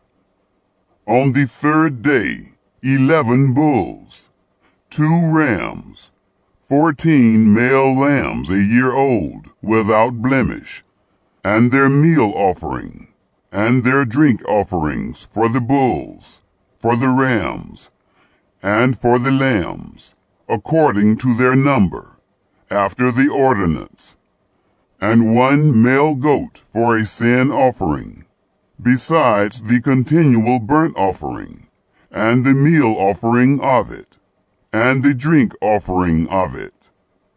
On the 4th day 10 bulls, 2 rams, 14 male lambs a year old without blemish, their meal offering and their drink offerings for the bulls, for the rams, and for the lambs, according to their number, after the ordinance, and 1 male goat for a sin offering, besides the continual burnt offering, the meal offering of it, and the drink offering of it. On the 5th day 9 bulls, 2 rams, 14 male lambs a year old without blemish, and their meal offering and their drink offerings for the bulls, for the rams, and for the lambs, according to their number, after the ordinance, and 1 male goat for a sin offering, besides the continual burnt offering, and the meal offering of it, and the drink offering of it. On the 6th day 8 bulls, 2 rams, 14 male lambs a year old without blemish, and their meal offering, and their drink offerings, for the bulls, for the rams, and for the lambs, according to their number, after the ordinance, and 1 male goat for a sin offering, besides the continual burnt offering, the meal offering of it, and the drink offerings of it.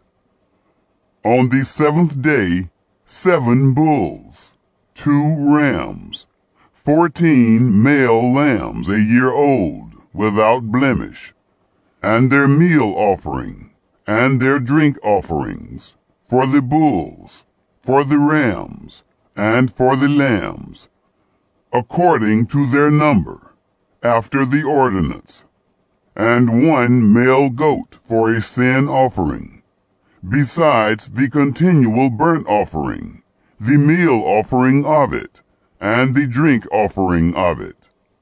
On the 8th day you shall have a solemn assembly. You shall do no servile work, but you shall offer a burnt offering, an offering made by fire, of a pleasant aroma to Yahweh. 1 bull, 1 ram, 7 male lambs a year old, without blemish, their meal offering, and their drink offerings, for the bull, for the ram, and for the lambs, shall be according to their number, after the ordinance, and 1 male goat for a sin offering, besides the continual burnt offering, and the meal offering of it, and the drink offering of it. You shall offer these to Yahweh in your set feasts, besides your vows, and your freewill offerings, for your burnt offerings, and for your meal offerings, and for your drink offerings, and for your peace offerings. Moses told the children of Israel according to all that Yahweh commanded Moses. Chapter 30. Laws concerning vows. Moses spoke to the heads of the tribes of the children of Israel, saying, This is the thing which Yahweh has commanded.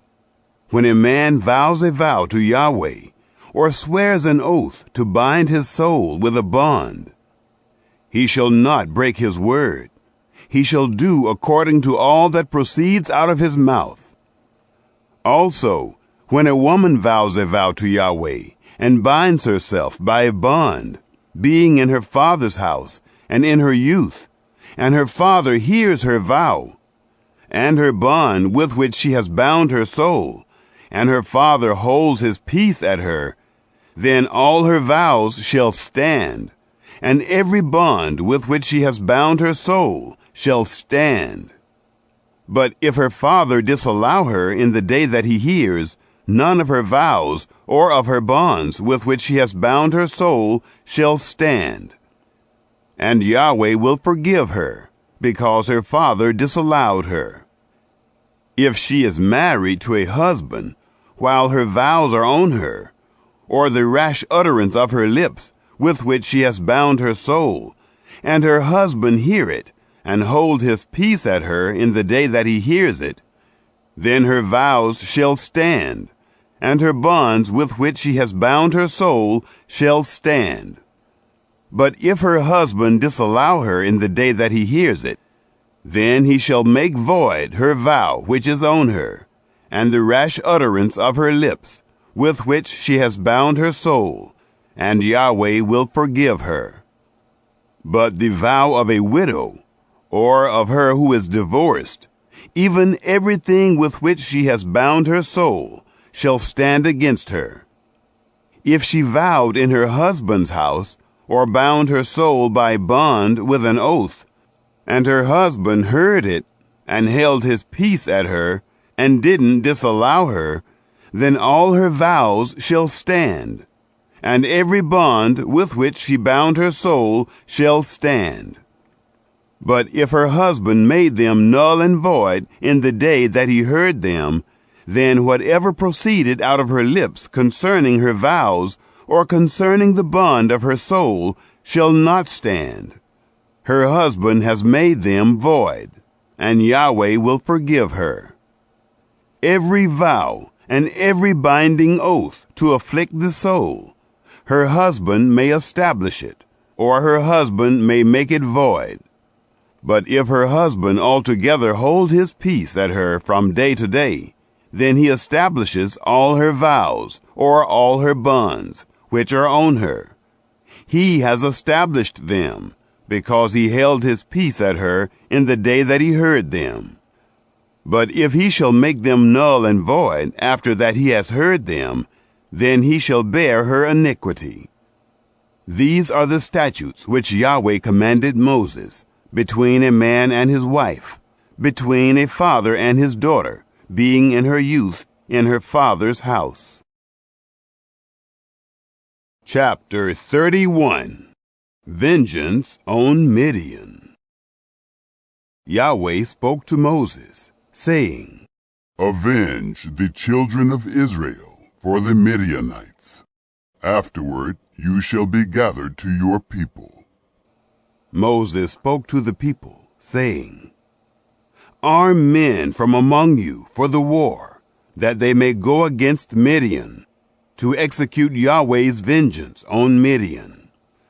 Of every tribe 1,000, throughout all the tribes of Israel, you shall send to the war. So there were delivered out of the thousands of Israel 1,000 of every tribe, 12,000 armed for war. Moses sent them, 1,000 of every tribe, to the war. Them and Phinehas, the son of Eleazar the priest, to the war, with the vessels of the sanctuary, and the trumpets for the alarm in his hand. They warred against Midian, as Yahweh commanded Moses, and they killed every male.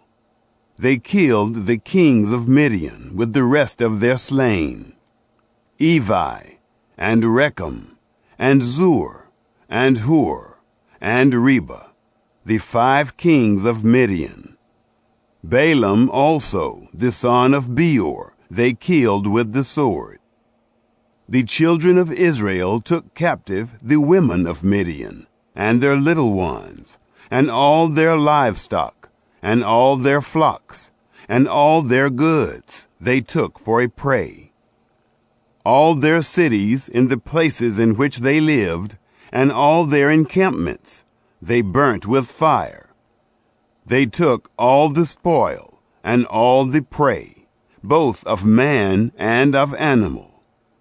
They brought the captives, and the prey, and the spoil, to Moses, and to Eleazar the priest, and to the congregation of the children of Israel, to the camp at the plains of Moab, which are by the Jordan at Jericho.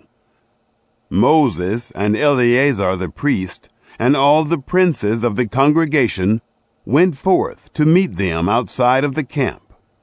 Moses was angry with the officers of the army, the captains of thousands, and the captains of hundreds, who came from the service of the war.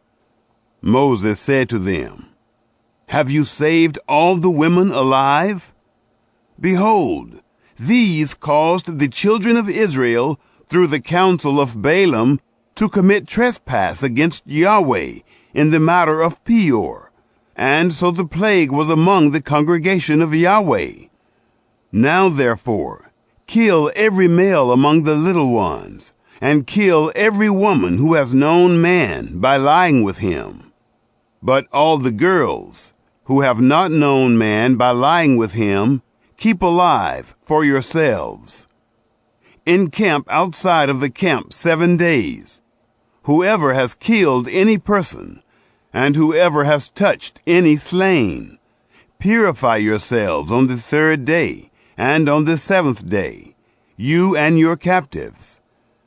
As to every garment, and all that is made of skin, and all work of goat's hair, and all things made of wood, you shall purify yourselves.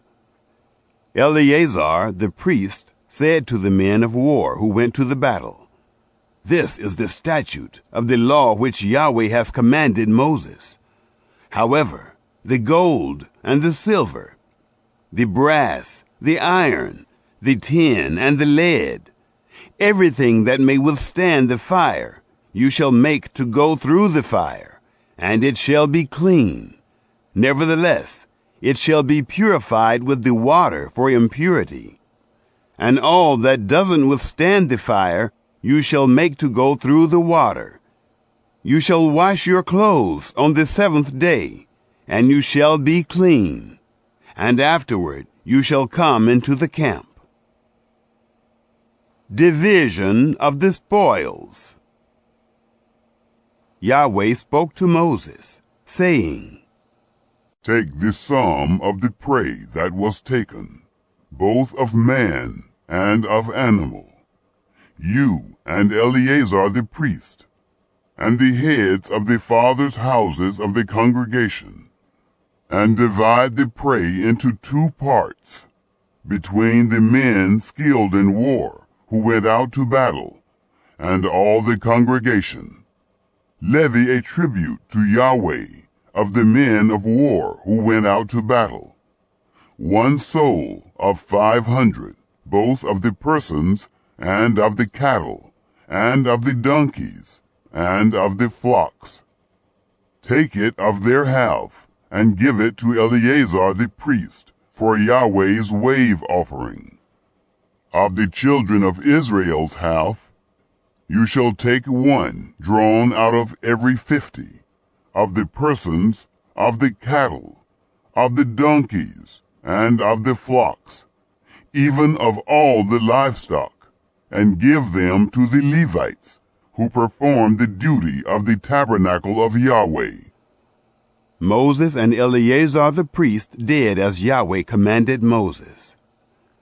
Now the prey, over and above the booty which the men of war took, was 675,000 sheep, and 72,000 head of cattle, and 61,000 donkeys, and 32,000 persons in all, of the women who had not known man by lying with him.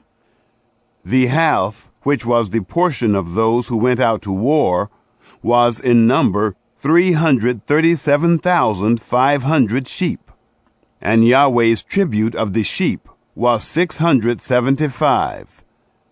The cattle were 36,000, of which Yahweh's tribute was 72. The donkeys were 30,500, of which Yahweh's tribute was 61. The persons were 16,000, of whom Yahweh's tribute was 32 persons. Moses gave the tribute, which was Yahweh's wave offering, to Eleazar the priest, as Yahweh commanded Moses.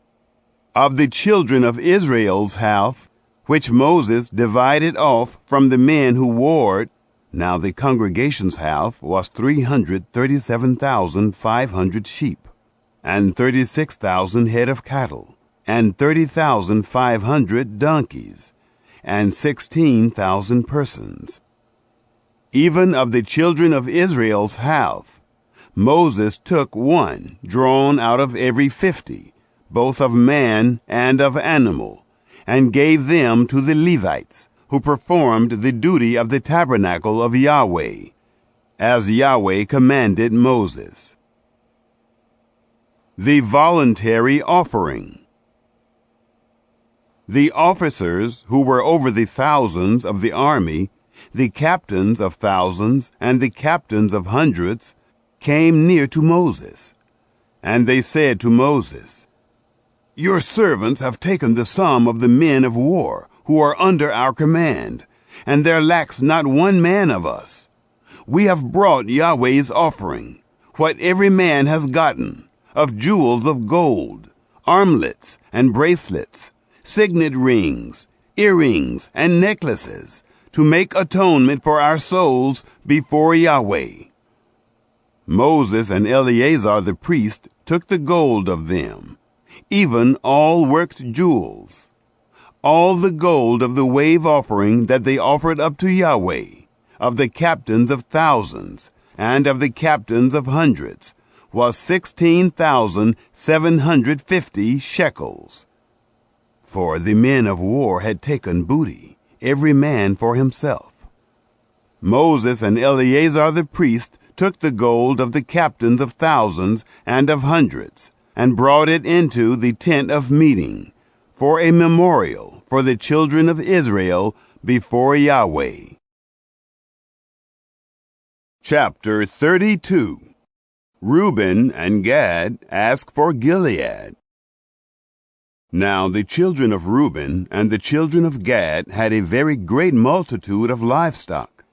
And when they saw the land of Jazer and the land of Gilead, that, behold, the place was a place for livestock, the children of Gad and the children of Reuben came and spoke to Moses and to Eleazar the priest, and to the princes of the congregation, saying, Adaroth, and Dibon, and Jazer, and Nimrah, and Heshbon, and Elealeh, and Sebum, and Nebo, and beyond, the land which Yahweh struck before the congregation of Israel, is a land for livestock, and your servants have livestock.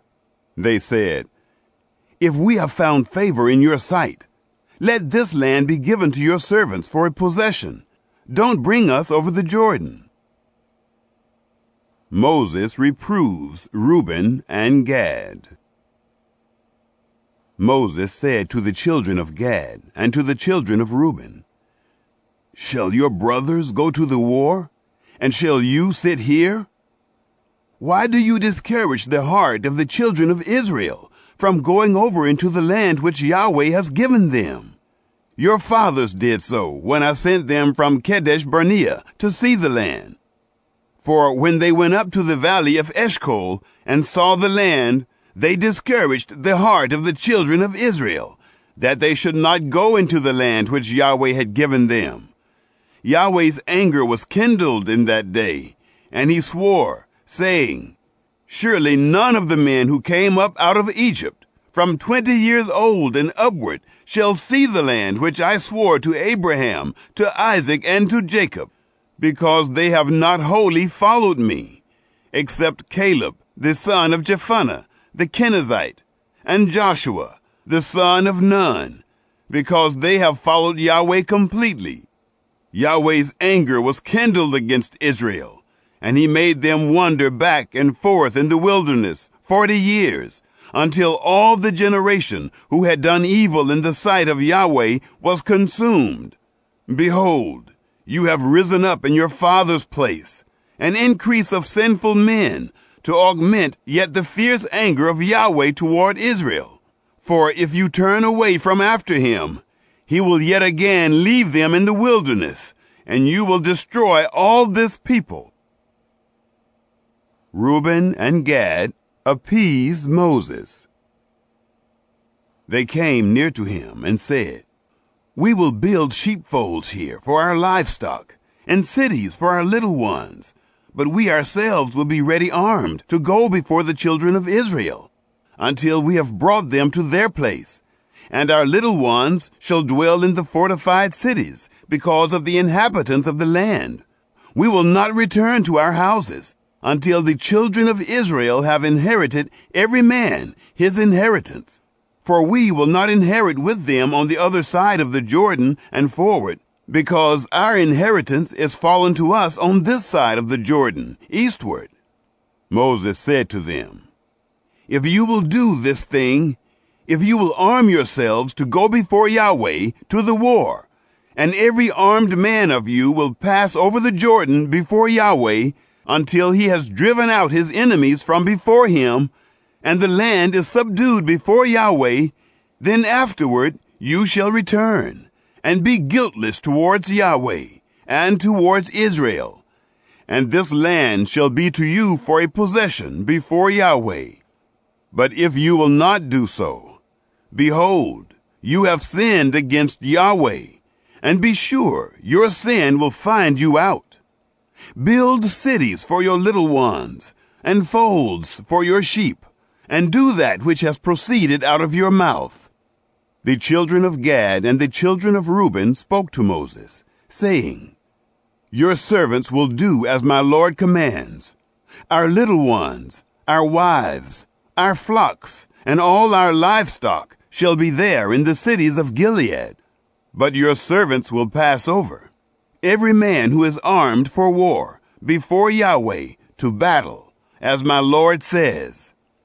So Moses commanded concerning them to Eleazar the priest, and to Joshua the son of Nun, and to the heads of the fathers' houses of the tribes of the children of Israel.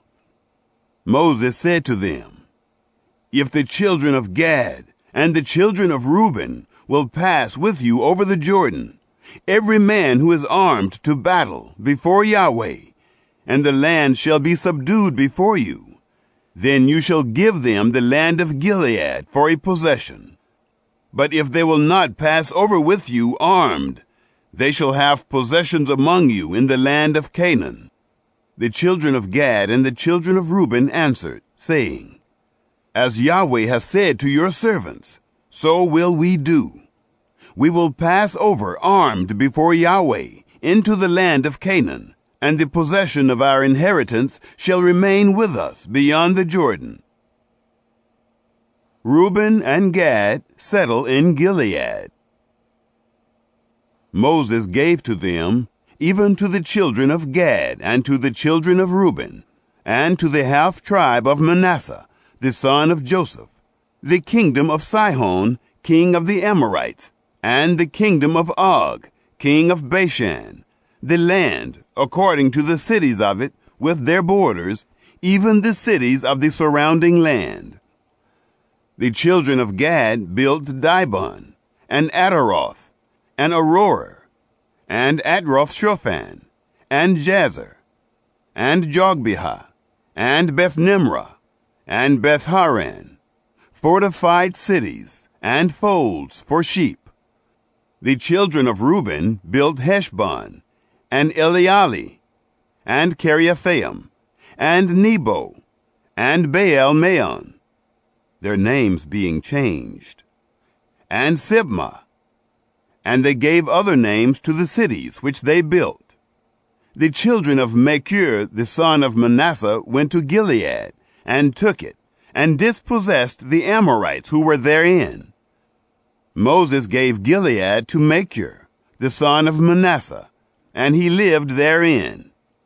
Jair, the son of Manasseh, went and took its towns, and called them Havoth-Jair. Nobah went and took Kenath and its villages, and called it Nobah, after his own name. Chapter 33. The 42 Journeys of the Israelites. These are the journeys of the children of Israel, when they went forth out of the land of Egypt, by their armies, under the hand of Moses and Aaron. Moses wrote their goings out according to their journeys, by the commandment of Yahweh. And these are their journeys according to their goings out. They traveled from Ramesses in the 1st month, on the 15th day of the 1st month.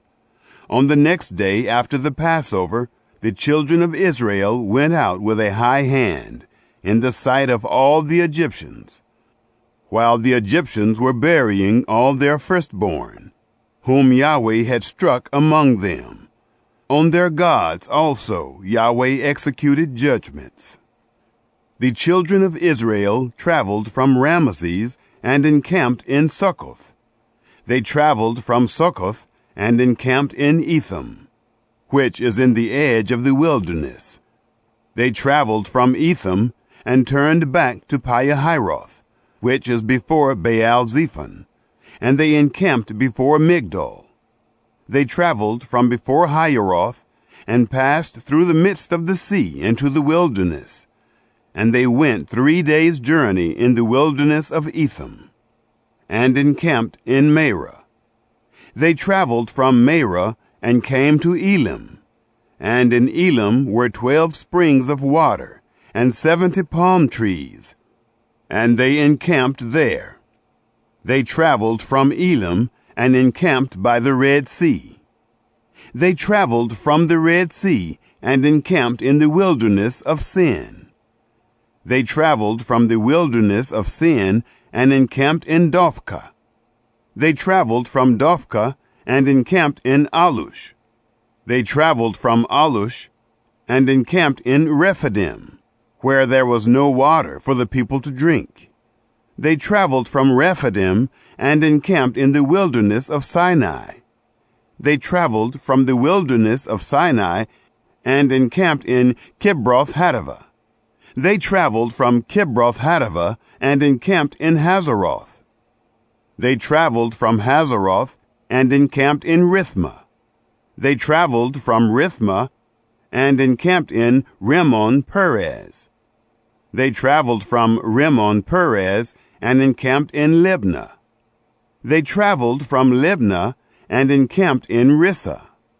They traveled from Rissah and encamped in Kehelatha.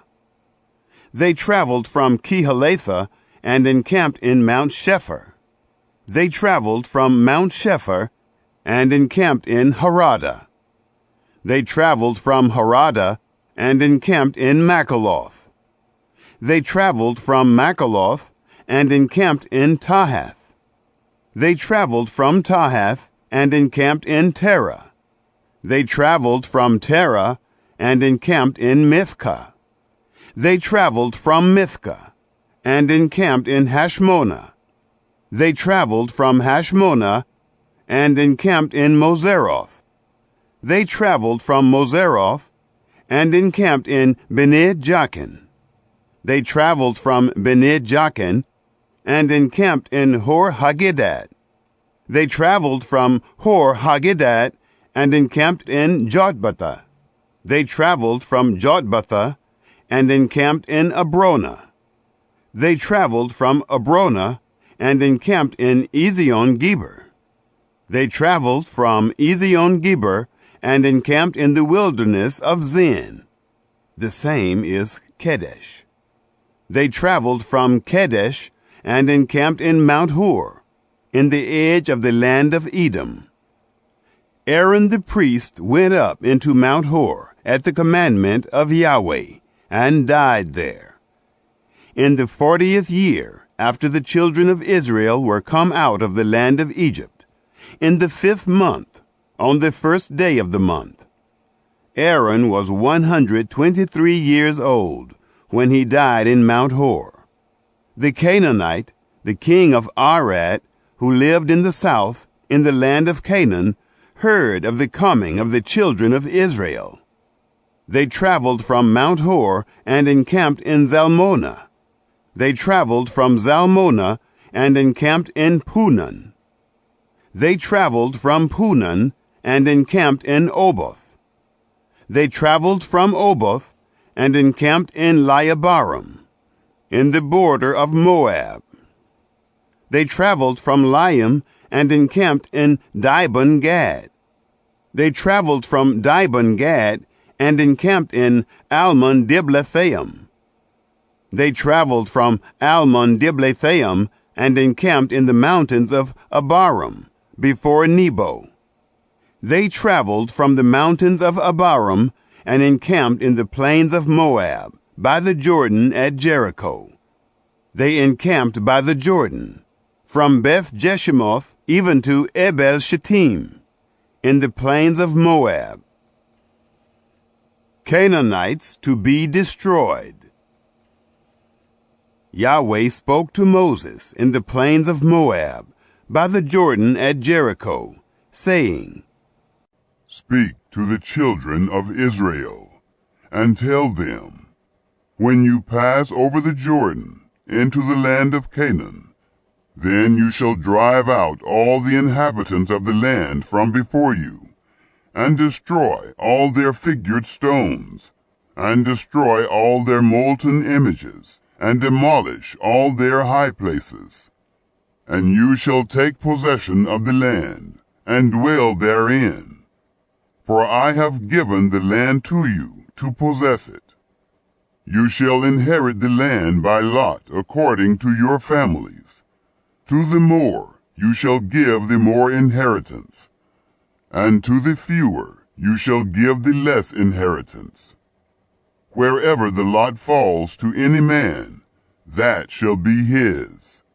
You shall inherit according to the tribes of your fathers. But if you do not drive out the inhabitants of the land from before you, then those you let remain of them will be as pricks in your eyes, and as thorns in your sides, and they will harass you in the land in which you dwell. It shall happen that as I thought to do to them, so will I do to you. Chapter 34. The Boundaries of Canaan. Yahweh spoke to Moses, saying, Command the children of Israel, and tell them, when you come into the land of Canaan, this is the land that shall fall to you for an inheritance, even the land of Canaan, according to its borders.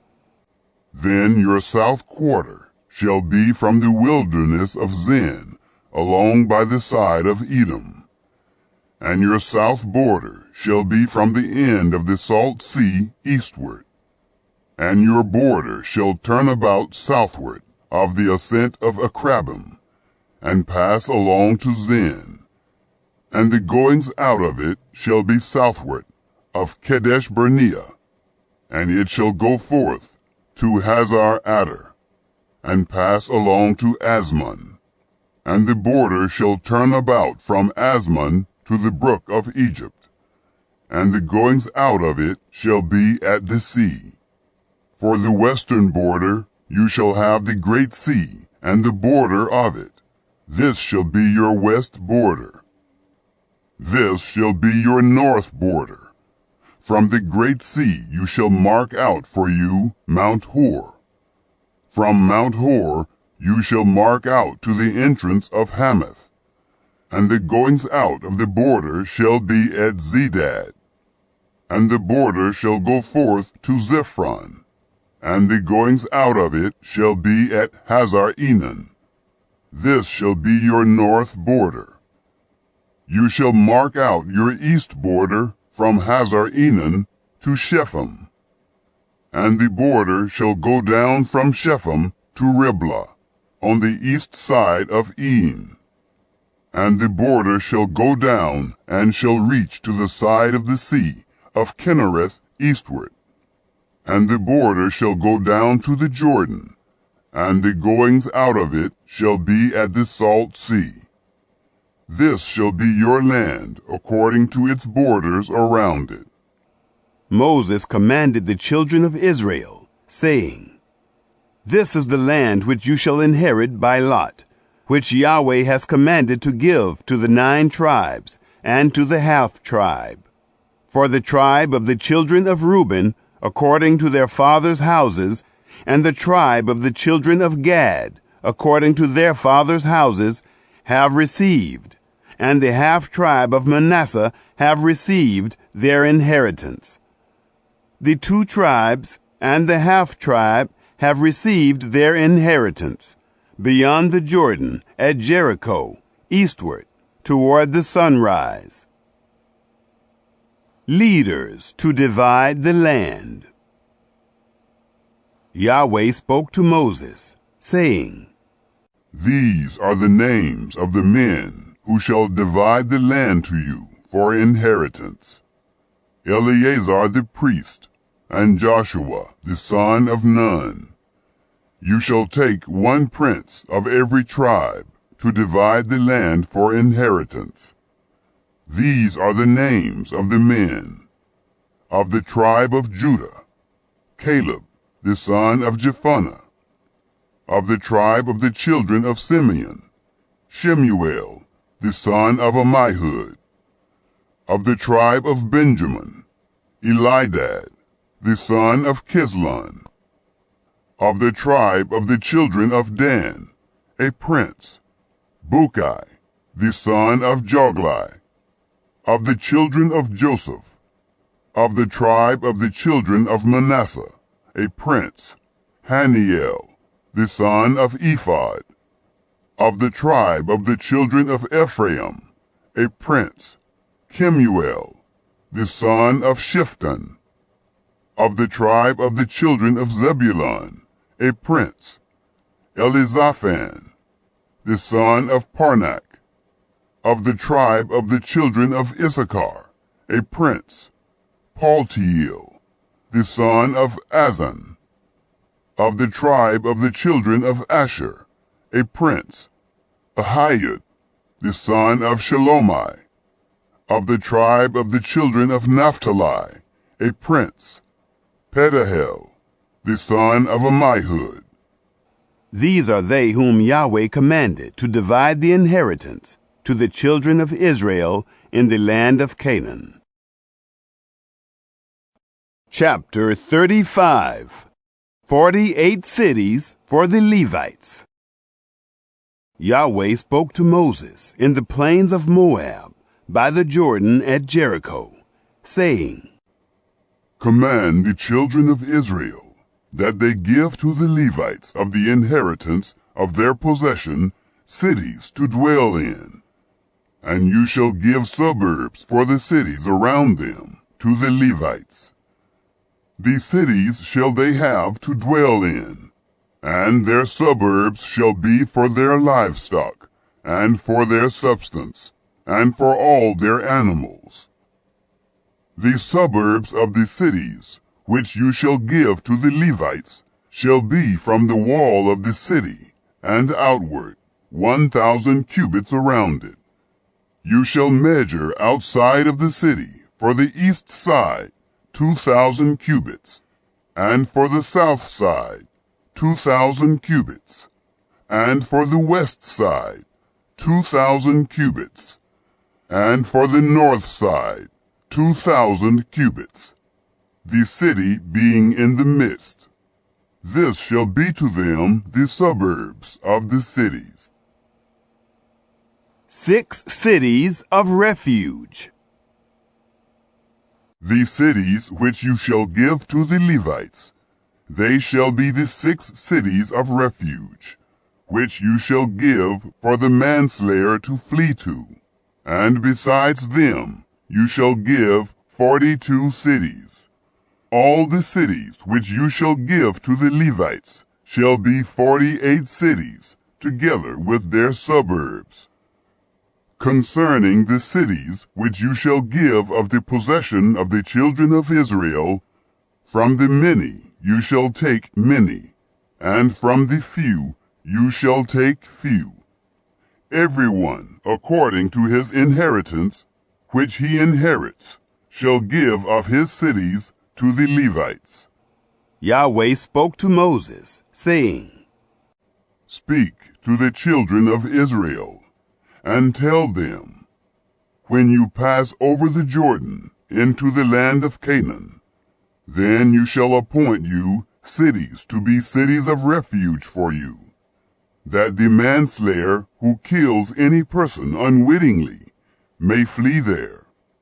The cities shall be to you for refuge from the avenger, that the manslayer not die, until he stands before the congregation for judgment. The cities which you shall give shall be for you 6 cities of refuge. You shall give 3 cities beyond the Jordan, and you shall give 3 cities in the land of Canaan. They shall be cities of refuge. For the children of Israel, and for the stranger, and for the foreigner living among them, shall these 6 cities be for refuge, that everyone who kills any person unwittingly may flee there. But if he struck him with an instrument of iron, so that he died, he is a murderer. The murderer shall surely be put to death. If he struck him with a stone in the hand, by which a man may die, and he died, he is a murderer. The murderer shall surely be put to death. Or if he struck him with a weapon of wood in the hand, by which a man may die, and he died, he is a murderer. the murderer shall surely be put to death. The avenger of blood shall himself put the murderer to death. When he meets him, he shall put him to death. If he thrust him of hatred, or hurled at him, lying in wait, so that he died, or in enmity struck him with his hand, so that he died, he who struck him shall surely be put to death. He is a murderer. The avenger of blood shall put the murderer to death when he meets him. But if he thrust him suddenly without enmity, or hurled on him anything without lying in wait, or with any stone by which a man may die, not seeing him, and cast it on him, so that he died, and he was not his enemy, neither sought his harm, then the congregation shall judge between the striker and the avenger of blood, according to these ordinances. And the congregation shall deliver the manslayer out of the hand of the avenger of blood, and the congregation shall restore him to his city of refuge, where he was fled. And he shall dwell therein until the death of the high priest, who was anointed with holy oil. But if the manslayer shall at any time go beyond the border of his city of refuge, where he flees, and the avenger of blood find him outside of the border of his city of refuge, and the avenger of blood kill the manslayer, he shall not be guilty of blood, because he should have remained in his city of refuge until the death of the high priest. But after the death of the high priest, the manslayer shall return into the land of his possession. These things shall be for a statute and ordinance to you throughout your generations in all your dwellings. Whoever kills any person, the murderer shall be slain at the mouth of witnesses. But one witness shall not testify against any person that he die. Moreover, you shall take no ransom for the life of a murderer who is guilty of death, but he shall surely be put to death. You shall take no ransom for him who is fled to his city of refuge, that he may come again to dwell in the land, until the death of the priest. So you shall not pollute the land in which you are.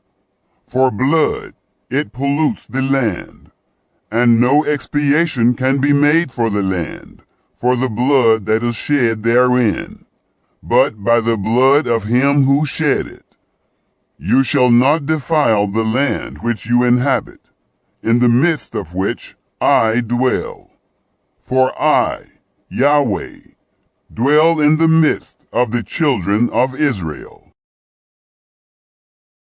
Chapter 36. Zelophehad's daughters marry. The heads of the fathers' houses of the family of the children of Gilead, the son of Machir, the son of Manasseh, of the families of the sons of Joseph, came near and spoke before Moses, and before the princes, the heads of the fathers' houses of the children of Israel. And they said, Yahweh commanded my Lord to give the land for inheritance by lot to the children of Israel. And my Lord was commanded by Yahweh to give the inheritance of Zelophehad, our brother, to his daughters. If they are married to any of the sons of the other tribes of the children of Israel, then will their inheritance be taken away from the inheritance of our fathers, and will be added to the inheritance of the tribe whereunto they shall belong. So will it be taken away from the lot of our inheritance. When the jubilee of the children of Israel shall be, then will their inheritance be added to the inheritance of the tribe whereunto they shall belong. So will their inheritance be taken away from the inheritance of the tribe of our fathers. Moses commanded the children of Israel according to the word of Yahweh, saying, The tribe of the sons of Joseph speaks right. This is the thing which Yahweh does command concerning the daughters of Zelophehad, saying, Let them be married to whom they think best. Only into the family of the tribe of their father shall they be married. So shall no inheritance of the children of Israel remove from tribe to tribe. For the children of Israel shall all keep the inheritance of the tribe of his fathers. Every daughter who possesses an inheritance in any tribe of the children of Israel shall be wife to one of the family of the tribe of her father, that the children of Israel may possess every man the inheritance of his fathers. So shall no inheritance remove from one tribe to another tribe. For the tribes of the children of Israel shall each keep his own inheritance. The daughters of Zelophehad did as Yahweh commanded Moses. For Mahlah, Tirzah, and Hoglah, and Milcah, and Noah, the daughters of Zelophehad, were married to their father's brothers' sons. They were married into the families of the sons of Manasseh, the son of Joseph, and their inheritance remained in the tribe of the family of their father. These are the commandments and the ordinances which Yahweh commanded by Moses to the children of Israel in the plains of Moab by the Jordan at Jericho.